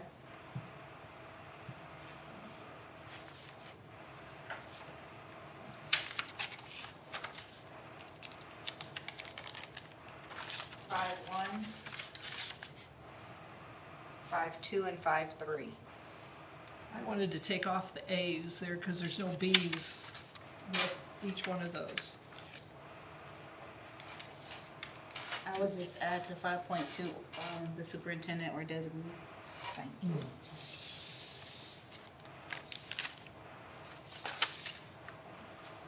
I did have a question with 5.3.1. I made a note of cadence. So I don't know if that's something that's set to be annual or if something we already do. So the administration will present updates to the instructional program at board meetings. Well, it's if it's being updated, so would you say as needed, or? I don't know. Is that So it's if it's not always that we'll have a change to the programs. Okay. Sometimes they vary. Non-instructional programs, it's the same. Okay. But this one says annually. Well, you won't always have instructional program changes. Okay. Which one is that? The 5.4 says annual? I'm on 5.3. 5.32 says annually.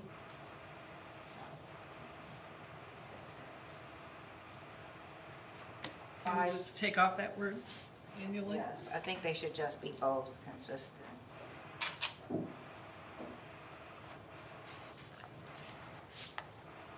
5.4. I made a different A. Finance director submits reports to, or financial reports to the Board of Ed once a month. So A needs to stay because that's the annual budget. But that would become our B. Okay, And then so, a C, the finance director shall present to the board quarterly budget amendments if necessary. okay, so new A, which is, It just says finance director submits financial reports to the Board of Ed once a month.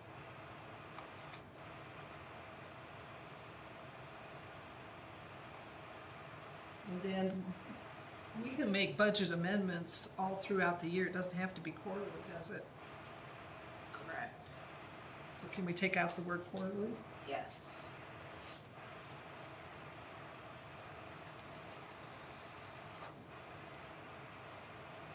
I would just add or designee after finance Yes. director. And I'm gonna say, I want to read this again. The finance director or designee shall present to the board budget amendments as necessary.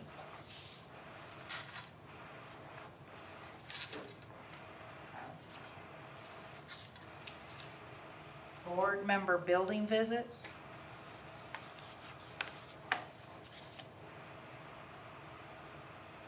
I think we I feel like we already did did this that. right. I couldn't find where we, I was like, this is not because new. it was the must notify part that we were discussing before, like, we have to, you know, it was more like a courtesy or something, but I can't remember which section we made that change to.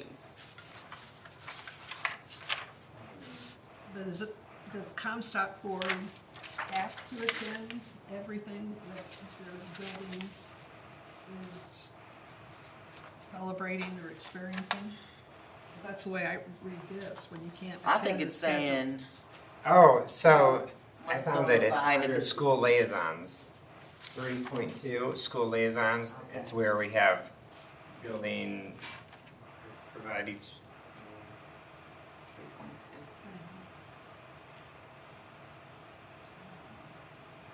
yeah, I don't think it's saying that it's required, Catherine. I think What it's was saying it? 3? notify them. 3.2, school liaisons. I wanna see what language we use. It's highest board members' hands. 'Cause I you're don't not think, always you know what I'm saying, I available. think it's saying, No, the first one just says you're encouraged to go.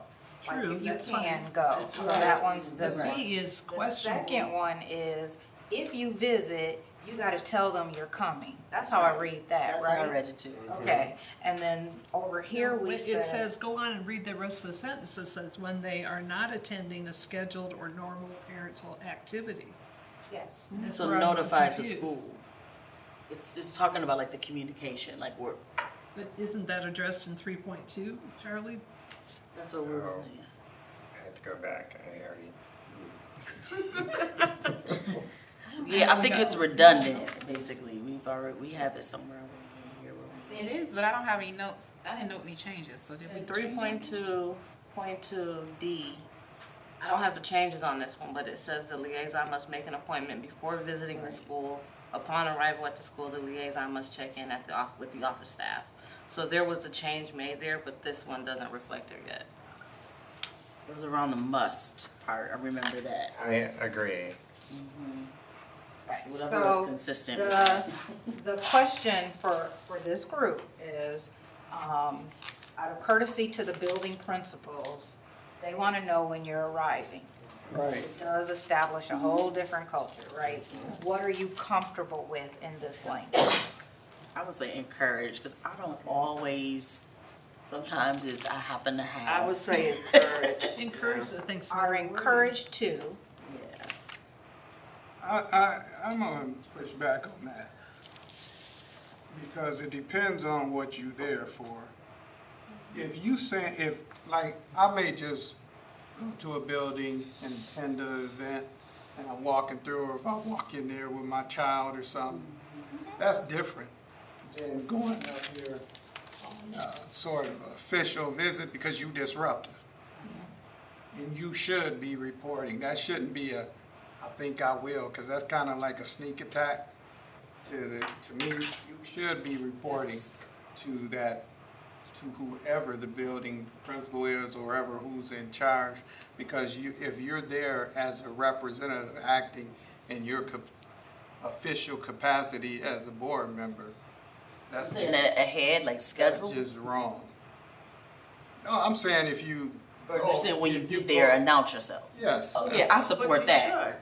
Yeah. Yeah, I thought this is saying, basically, like you have to Before you get notify there. them in advance that, hey, I'm No, coming on it does not Friday. say in advance. Okay. It doesn't say Yeah, we have to go back to that one that did say must schedule a visit. Right, So I don't- I'll fix that now one, we but got- this one got is, you must notify the principal or designee of visits to buildings when you're not attending a scheduled or normal parent. So it's telling somebody you're. You're here, Yeah. yeah. Oh, yeah. I agree with that. Well, wouldn't we just make that say you must sign in, because everybody should be doing Yeah, Well, you sign in somewhere. Well, signing in is not notifying the principal that you're there. And so I will say that most boards have said, here's the deal, when you come in, you're seen as a authority. And so most boards are encouraged not to go in as an authority. When you show up, right, you do take them off. They feel like they have to come and walk you around and show you around. And so this is saying that we believe because you are not there to observe or evaluate, that you must tell somebody you're in the building, and there is the must on there, right? So that's what this is trying to put forward. You are there, you, as a board, a trustee, board member, you are recognized, whether you there or not. So yes, you should be informing the principal, even if it's just, hey, I'm here, or something. Now, in the past, the reason this is important to me, because in the past, we've had board members Right. who showed up to do pop-up visits and observations on But staff. observations? Yeah, it is a disruption. What? Exactly. Took the words out of my mouth, I was getting ready to go. I mean, doesn't it already say here that we're not supposed to be doing that? Yeah, I mean, so I feel like That's why I was confused about Number it. that's not our rule when C we talks show up about to the that. building. That's crazy. So that's what this is trying to get at, and I'm okay with changing language. I just want to make sure the spirit of it is that we're all in agreement with what the spirit is. Yes. Can we just say board members must notify the principal or designee of visits to the buildings, period? Because what I think the confusion came, because how I read this is I need to schedule my visit, right? So I think that's the only confusion. I agree that you need to announce yourself.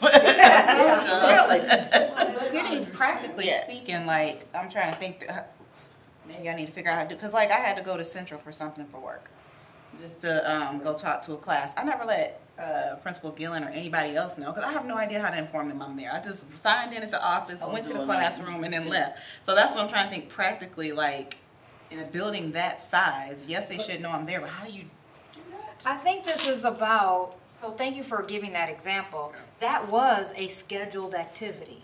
So you were there for a reason. You know, were I there was for a scheduled to be there, though. activity. So that's why I'm wondering, Right? are we trying to So- just make sure they know we're present, or what? No, I think So it wasn't is, trying to audit it's the for the building. pop-up visits to audit the Okay. building. This was. You're like, I didn't know that happens, but it did. This was put in,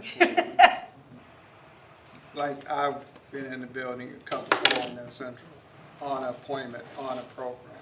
But you're right, we went in the office, signed in, hey, so is here, and we went and did our thing. Right. This was significantly put in for supposedly, not supposedly, a person that was going in the building and doing observations, and taking notes, disruptive, as Going I said, against C. disruptive. I'm like, that's just somebody not staying in their lane though, so Right. that's a whole different issue. Yeah. So, I mean, I get the spirit, but that's gonna get fixed in someplace else, cause you ain't supposed to do that. Well, That's C your job. says don't go in there and do that's- that. It does. Can we, yeah. So do we need B? I think it's fine. To your point, I mean, I don't want to be disrespectful, and the present principal be like, well, what the heck? I didn't know you was in here, but I just don't know the practical way of doing that, especially if you go to a building that's not your assigned building, so to speak, right? So. Well, I thought if you're going into the office and making contact with the principal, assistant secretary, whoever, hey, so-and-so, I'm signed in, I would think that would I would think so. satisfy what the intent of this is, because I guarantee you their assistant's gonna turn around and say, so-and-so's in the building. Go blue. Yeah, they do that. Go blue. Luke's in the building, hey. Okay, so Do they know everybody that's, because I don't go in there saying, I'm trustee Perry, like, I don't go. they know. but They not texting one another, they I know. think I want to Right. know. I see the other administrators in the audience like, they know. They do. But pay attention to this line, when they are not attending a scheduled or normal activity. So this only applies to the times when you just decided, I want to go see Central because I've heard word on the street. I want to go in and see it for myself. Well, you should be notifying the principal that you're coming and you want to have a conversation. That's all this is I want to see about. what's going on. They say, sure, come at Yes. this time. Now it's scheduled. Yes, and you've covered. Now, they called you because you're gonna be on the academy boards and all that. That does not apply. Right, Okay? right. That summarizes it good. Okay. Good. All right. So all that discussion, are we leaving it alone? Yes. Yes, we're in agreement on that. Okay. Moving on. Well, 6.0. I have a clarifying question. Come on, Sorry. Trustee Fulbright. So I just want to make sure I'm understanding this right. So my example is, I went to Springfield to bring my husband lunch because he works there. I didn't go notify the principal that I was there. She was somewhere else in the building, signed in or whatever, but I didn't go find her to say I'm here. I was there for 5 minutes. Like, is that would be a violation Were you of? evaluating anybody while you were there? That is not the spirit of what. Okay, perfect. You're Well, then I'm good. You're You will never drop off another lunch. You tell him I'm never No more lunches. You gotta leave and get his. Right. Meet me in the parking lot. Okay, we are definitely at 7:30. So 6.0, policy and procedures, 6.1. Is everyone okay with that top C, the word undertake? Is there a better word? Good with it. Where are you, trustee? Top of page. Right above 6.0. Members Oh. C, board members will not individually undertake to observe the performance of so-and-so and classroom. We shouldn't be doing that anyways. Well, she was asking about the word. That's what it's saying. But do you like the word undertake? I'm good with it. It's fine. I'm okay with it. What's wrong with it? It's just awkward. That is not a reason. Toe to toe. Find a thesaurus and find out It's what getting a little late. 6.1, is that okay? What about just take out That is not a individually undertake, just do will not observe? Does someone have a thesaurus that we can? The undertake is basically saying that you're not gonna take it upon yourself to go up in there and I don't know start the answer. So I'm good with it, but if we think it's too. I just brought it up because it's a heavy word. Undertaker. Basically telling you mind your business and stuff. But I would say maybe board members will not. I'm starting to feel like I'm at one of them meetings talking about what the word it. What is. Okay. I think we can live, I heard everybody say they can live with it. I can live with Let's that. go with 6.1.1, board policies and bylaws. Substantial changes. Hold on, I had something I gotta read. My notes. I don't have anything in 6.0. 6.1.2 or 6.1.3. I have a 6.1. I just need Okay. to read my notes 'cause I don't remember what's in there. Sorry. Oh, okay. I know what I want to put in there. So, at the 6.1.1 B, I want to remove, however you say that, releases updates, and change that to updates are released or required by changes noted in 6.1.1A. I don't want to tie it to this specific law firm. To Troon. Yes, Yeah. basically. So I Right. Whatever the legal counsel, or whatever language. wants Yep. to- Yeah, legal counsel is a good word. So just I end said it at updates are committee. released, required by changes noted in 6.1. No, they're planning on firing 2 neighbors. That they evidently use. Wherever. Board policies are reviewed and recommendations are submitted by the board policy committee. All of that's correct. Whenever Updates are released updates are or released. required by changes noted in 6.1.1.A.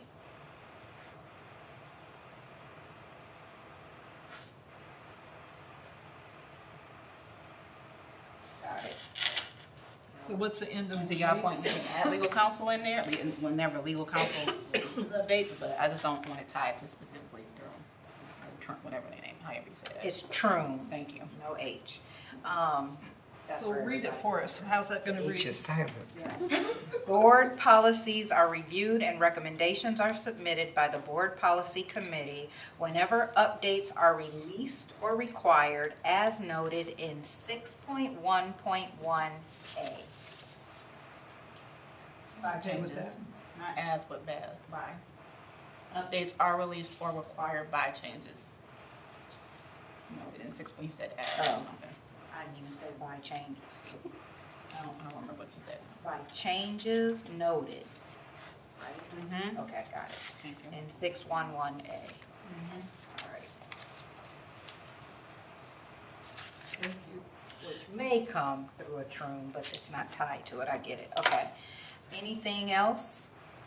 6.1.2, 6.1.3. I think I was confused. What is this referring to example? I wasn't clear on which one. 613. Administrative guidelines.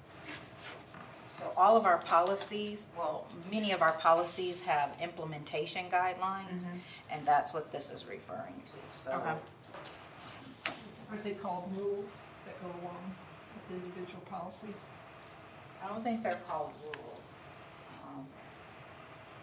I can look it up, though. I'm quite sure they're not rules. Yeah. So those are the way we implement the policies, and they're not subject to board adoption. Got it. Okay. Personnel.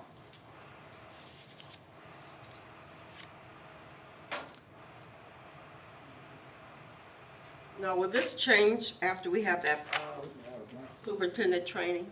Nothing about that changes, only Okay. the tool might change.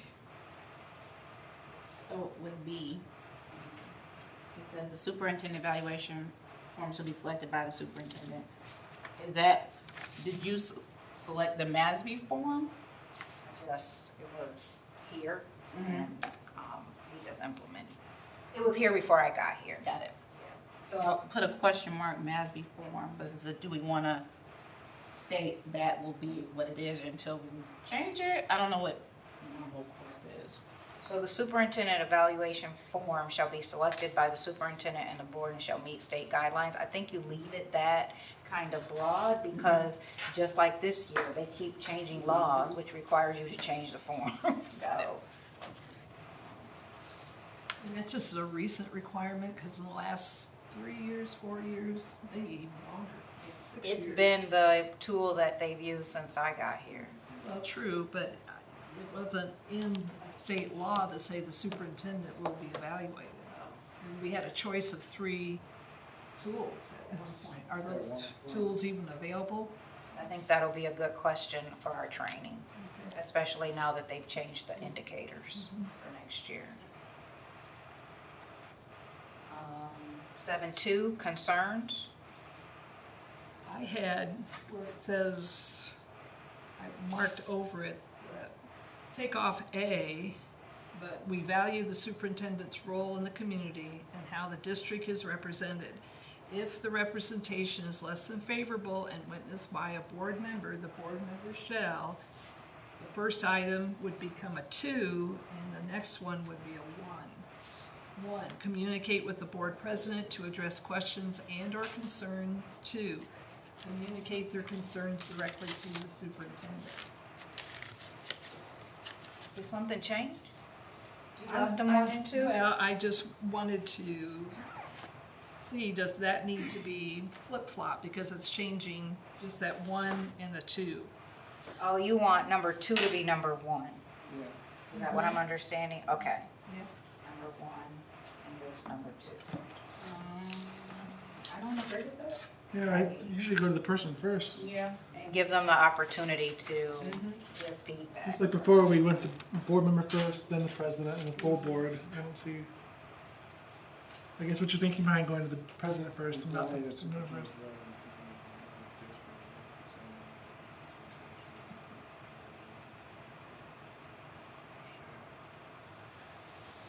I just thought Yeah, that the board president should be aware of that before going to the superintendent. But if everybody's fine with the way it's written, I can live with that too. If I'm at the grocery store and I see Kim like getting in someone's face, being unprofessional, can't imagine anything. But I'd be like, well, hold on, I gotta talk to Patty real quick. Like I'd talk to him and be like, I'll say, go talk to Kim. like, what's going on? Like, Right. You know, I check in with her. And then you find out that was my aunt.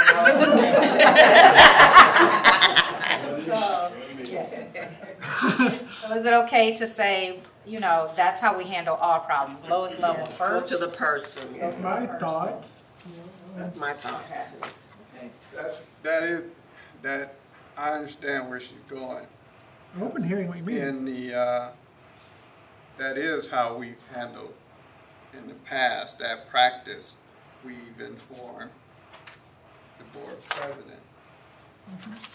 That's what we've done in the past. We really haven't had those type of issues, but when we have had those issues, we did, the practice was, we went to the board president and made the board president aware, and the board president then made the superintendent aware, along with that board member. That is what we've done in the past, you are correct. Does it have to be one and then the other? I mean, why not and? The way it's written, it is and. Like, I don't know that I need to go to Patty first and say, hey, I have a concern. You know, you're doing. You're right. There's no then. There's no first and then. This is just two things. Yeah, you gotta do both of them. That's a good point. Just put them together, right? The practice is that prescriptive. I think it's good how it is, because to the point, hey, I just talked to Kim about whatever, and then I also, after the fact, informed, hey, I talked to Kim about whatever, and this is what she said the explanation was. Just so the board, I get that the board president needs to have that. They're the one person that gets to see the consistency of the performance issues, thinking like they're like the direct manager, if you're thinking of a regular matrix organization. So I get that part of it, but I think as trustees, we all have the right to still go directly, because we're the one who observed it. So, Works for me. All right, Dr. Turner. Because it's 7:30. All right, so we left that one. Okay, hiring of personnel other than the superintendent. Nope and no. Next one? That B. I don't understand what B is. That B. say more. Not either. Certificated personnel. That's your personnel report. So we can change that to be more, so we never put anybody on staff without putting them in the personnel report. You get what I'm saying, so that you know that they have been vetted. But it says for review. Are y'all really? Like, we don't get to veto it, so you hired who you hired. So it should say just personnel to the board and period. I Drop think off for review. Take off that review. For review. Because we're not reviewing nothing. We just letting us know. I guess it depends on the definition of a review. A review could just mean looking at it. Looking at the personnel report, but Review, I guess it does seem to imply. I'll take it off, just for clarity, if that's okay. Review and approval. That 8.1, just take off that letter A and leave the statement. Okay. Cool. 9.1. Hold on a second.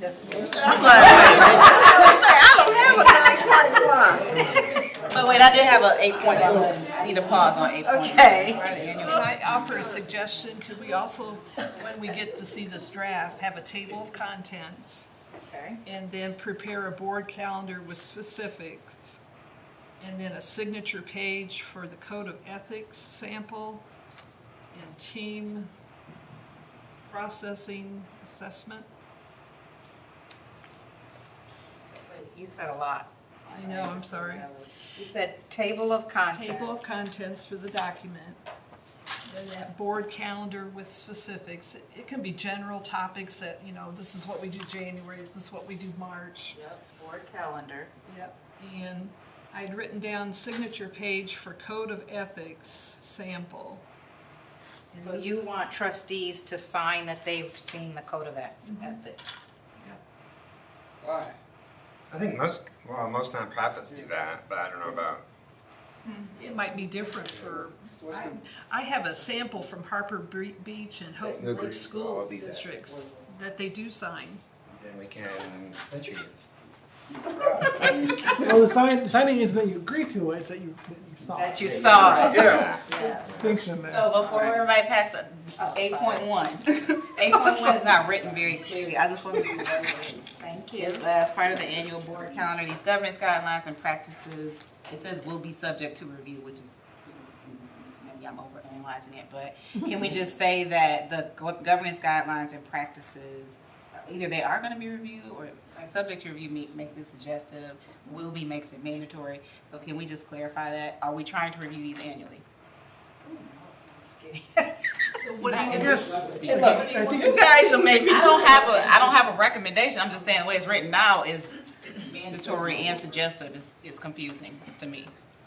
we're gonna do it or I don't know not. that you should read them every year, right? Just like we don't do board policies, just read them every year. But If someone had a concern, they could raise it and we could review it, right? Or- Yeah, there's a concern that comes up.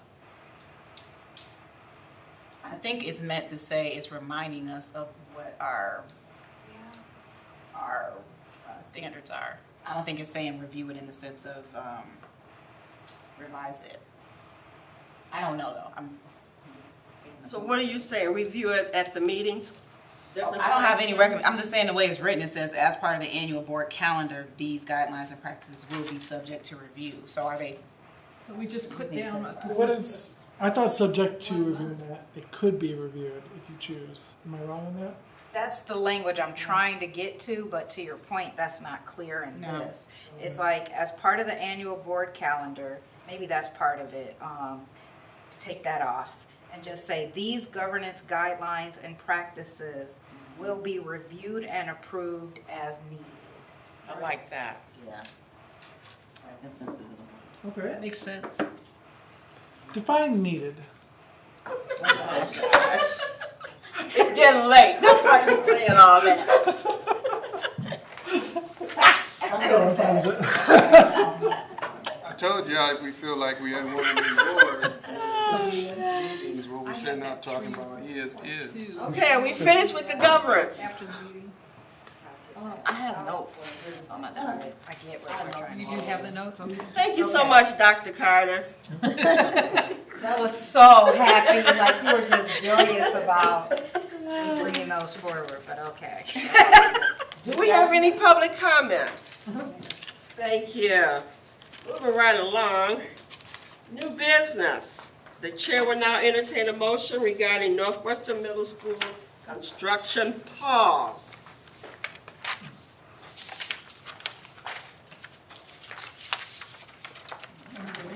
Madam President? Yes, Trustee Trustee Fulbright. It's getting late. I move that we approve the Northwestern Middle School construction pause. Second. It's been moved by Trustee Fulbright, second by Trustee McClenny, that we approve the Northwestern Middle School construction pause. Any discussion? Seeing none, all those in favor signify by saying yes. Yes. All those opposed say no. Motion carried. Chair will now entertain a motion regarding the Battle Creek Central High School project-based learning training requests. President Poole Gray, Yes, Trustee Valley? I'd like to make a motion to approve the Battle Creek Central High School project-based learning training request in the amount of $14,565.75 with a funding source of ESSER funds. It's been moved by Trustee LaValle, supported by Dr. Perry, that we approve the Battle Johnson. Johnson, that we approve the Battle Creek Central High School project-based learning training requests. Any discussion? Seeing none, all those in favor signify by saying yes. Yes. All those opposed say no. Motion carried. The chair will now entertain a motion regarding the high school summer books. Madam President? Yes, Dr. Perry. I move that we approve the high school summer books in the amount of $30,765 coming from the title funds in support of our strategic goals. Support. It's been moved to Dr. Perry, supported by Trustee LaValle, that we approve the high school summer books. Any discussion? All seeing none, all those in favor signify by saying yes. Yes. All those opposed say no. Motion carried. Okay, the chair will now entertain a motion regarding the safety and emergency response. President Poole Gray, That's Trustee LaValle. I'd like to make a motion that the Safety and Emergency Response Project for the amount of $46,894 with funding sources from Safety State Funds 97C be approved. It's been approved by Trustee LaValle, supported by Dr. Perry, that we approve the safety and emergency response. Any discussion? Seeing none, all those in favor signify by saying yes. Yes. All those opposed say no. Okay, the chair will now entertain a motion regarding the Maintenance Collective Bargaining Agreement, TA. Madam President, Yes, trustee Fulbright? I move that we approve the Maintenance Collective Bargaining Agreement TA. Support. It's been moved by trustee Fulbright, supported by trustee LaValle, that we approve the Maintenance Collective Bargaining Agreement, TA. Any discussion? Seeing none, all those in favor signify by saying yes. Yes. All those opposed say no. Motion carried. The chair will now entertain a motion regarding the culturally responsive teaching. President Poole Gray, I'd like to make a motion to approve the culturally responsive teaching project for the amount of $31,800 with a funding source from ESSER grant funds. Support. It's been moved by trustee LaValle, supported by trustee Fulbright, that we approve the culturally responsive teaching. Any discussion? Seeing none, all those in favor signify by saying yes. Yes. All those opposed say no. Motion carried. The chair will now entertain a motion regarding the resolution to appoint Willard Library trustee. President Poole Gray, Yes, trustee LaValle? I'd like to make a resolution to appoint the Willard Library trustee as our Kathy Baker as the trustee to fulfill the term on the Willard Library board. Support. It's been moved by trustee LaValle, supported by trustee Fulbright, that we approve the resolution to appoint Willard Library trustee Kathy Baker. All those, any discussion? Do we need a roll call on this? Because I saw the resolution was looking for ayes Yep. and nays. Well, can we have a roll call vote, please? Catherine LaValle, Yes. Dr. Johnson, Yes. Nathan Graycheck, Yes. Kelly Fulbright, Yes. Dr. Perry, Yes. Art McClinney, Yes. Patty Poole Gray. Yes. Motion carried. Superintendent comments. As mentioned in our last meeting, graduation season is underway. We had a great opportunity to attend the adult education graduation. Thank you to those trustees who were able to be present. I want to give a special thanks to our staff at the Battle Creek Public Schools Adult Education Program for helping us make such an incredible impact on many countless families. If you know someone who may be interested in pursuing a GED and taking the next steps to accomplishing their dreams, you can visit our website at battlecreekpublicschools.org/adulted. As the school year winds down, I'm looking forward to a schedule full of visits. And tomorrow I get to have breakfast with our top 10 seniors. So and their families. Decision Day is tomorrow, as well as senior honors this week. There are a lot of events, so what I've done this week with the help of our staff, we are putting together a calendar of events, and so I hope to have that by tomorrow, which I will then forward out to the board so that you know when there are so many different programs happening over the next 2 weeks. Finally, the last week was Teacher Appreciation Week, or as we typically refer to it, Educator Appreciation Week. We say educator because we use this time to celebrate and thank all of the individuals around the district who work hard to make a difference for our Bearcats. This year, we offered our families and community the opportunity to submit comments online about their favorite Bearcat educators, and I was blown away to see that we received nearly 200 responses that came through. We know our staff is the best, and by reading those comments, solidified and reaffirmed it. So I want to say one more time, thank you to all of our amazing staff members. Demela, we see you, we appreciate you, and we thank you for all that you do. Thank you, Superintendent Carter. Board member comments. Madam President? Yes, trustee Fulbright? For fellow board members, if you could, not now, after the meeting or this week, look at your calendars for September 23rd. I had my meeting with the other 3 presidents, and we decided that a joint session on the topic legislative update we wanted to do. MASB couldn't provide any mental health or emotional health classes, but legislative update is what we decided it would be great for all 4 boards. And MASB said they can do it on September 23rd, which is a Monday. So I don't know if we'll have a board meeting that day or not, but all three other presidents said the 23rd would be the best. So we're all bringing it to our boards to see if that will work. So if you could just let me know after the meeting this week sometime. What time? It would be 5:30 to 8. Dinner will be provided. The plan is to have it by twice a year, and then each district would host it. So the first one would be Lakeview. We could volunteer for any other time, but 5:30 to 8 at Lakeview on the 23rd. So this might age myself, but I thought of an incentive for Dr. Harvey.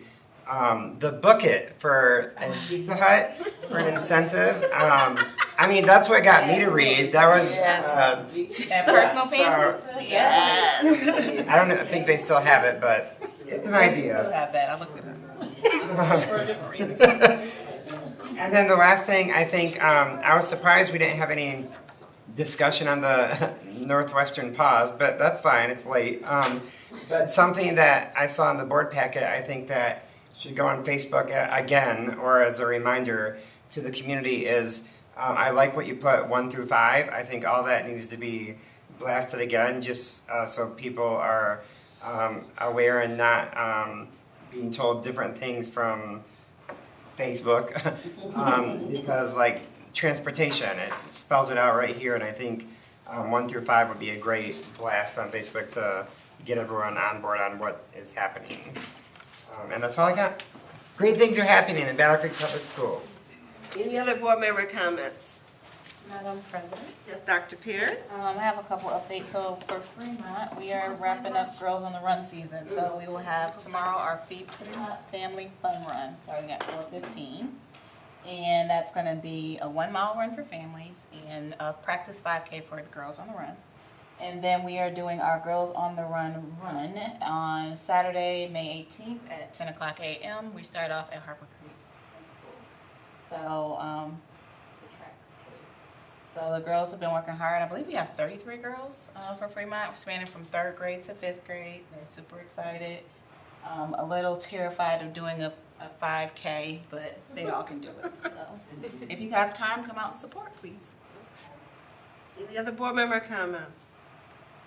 Seeing none, this meeting is adjourned.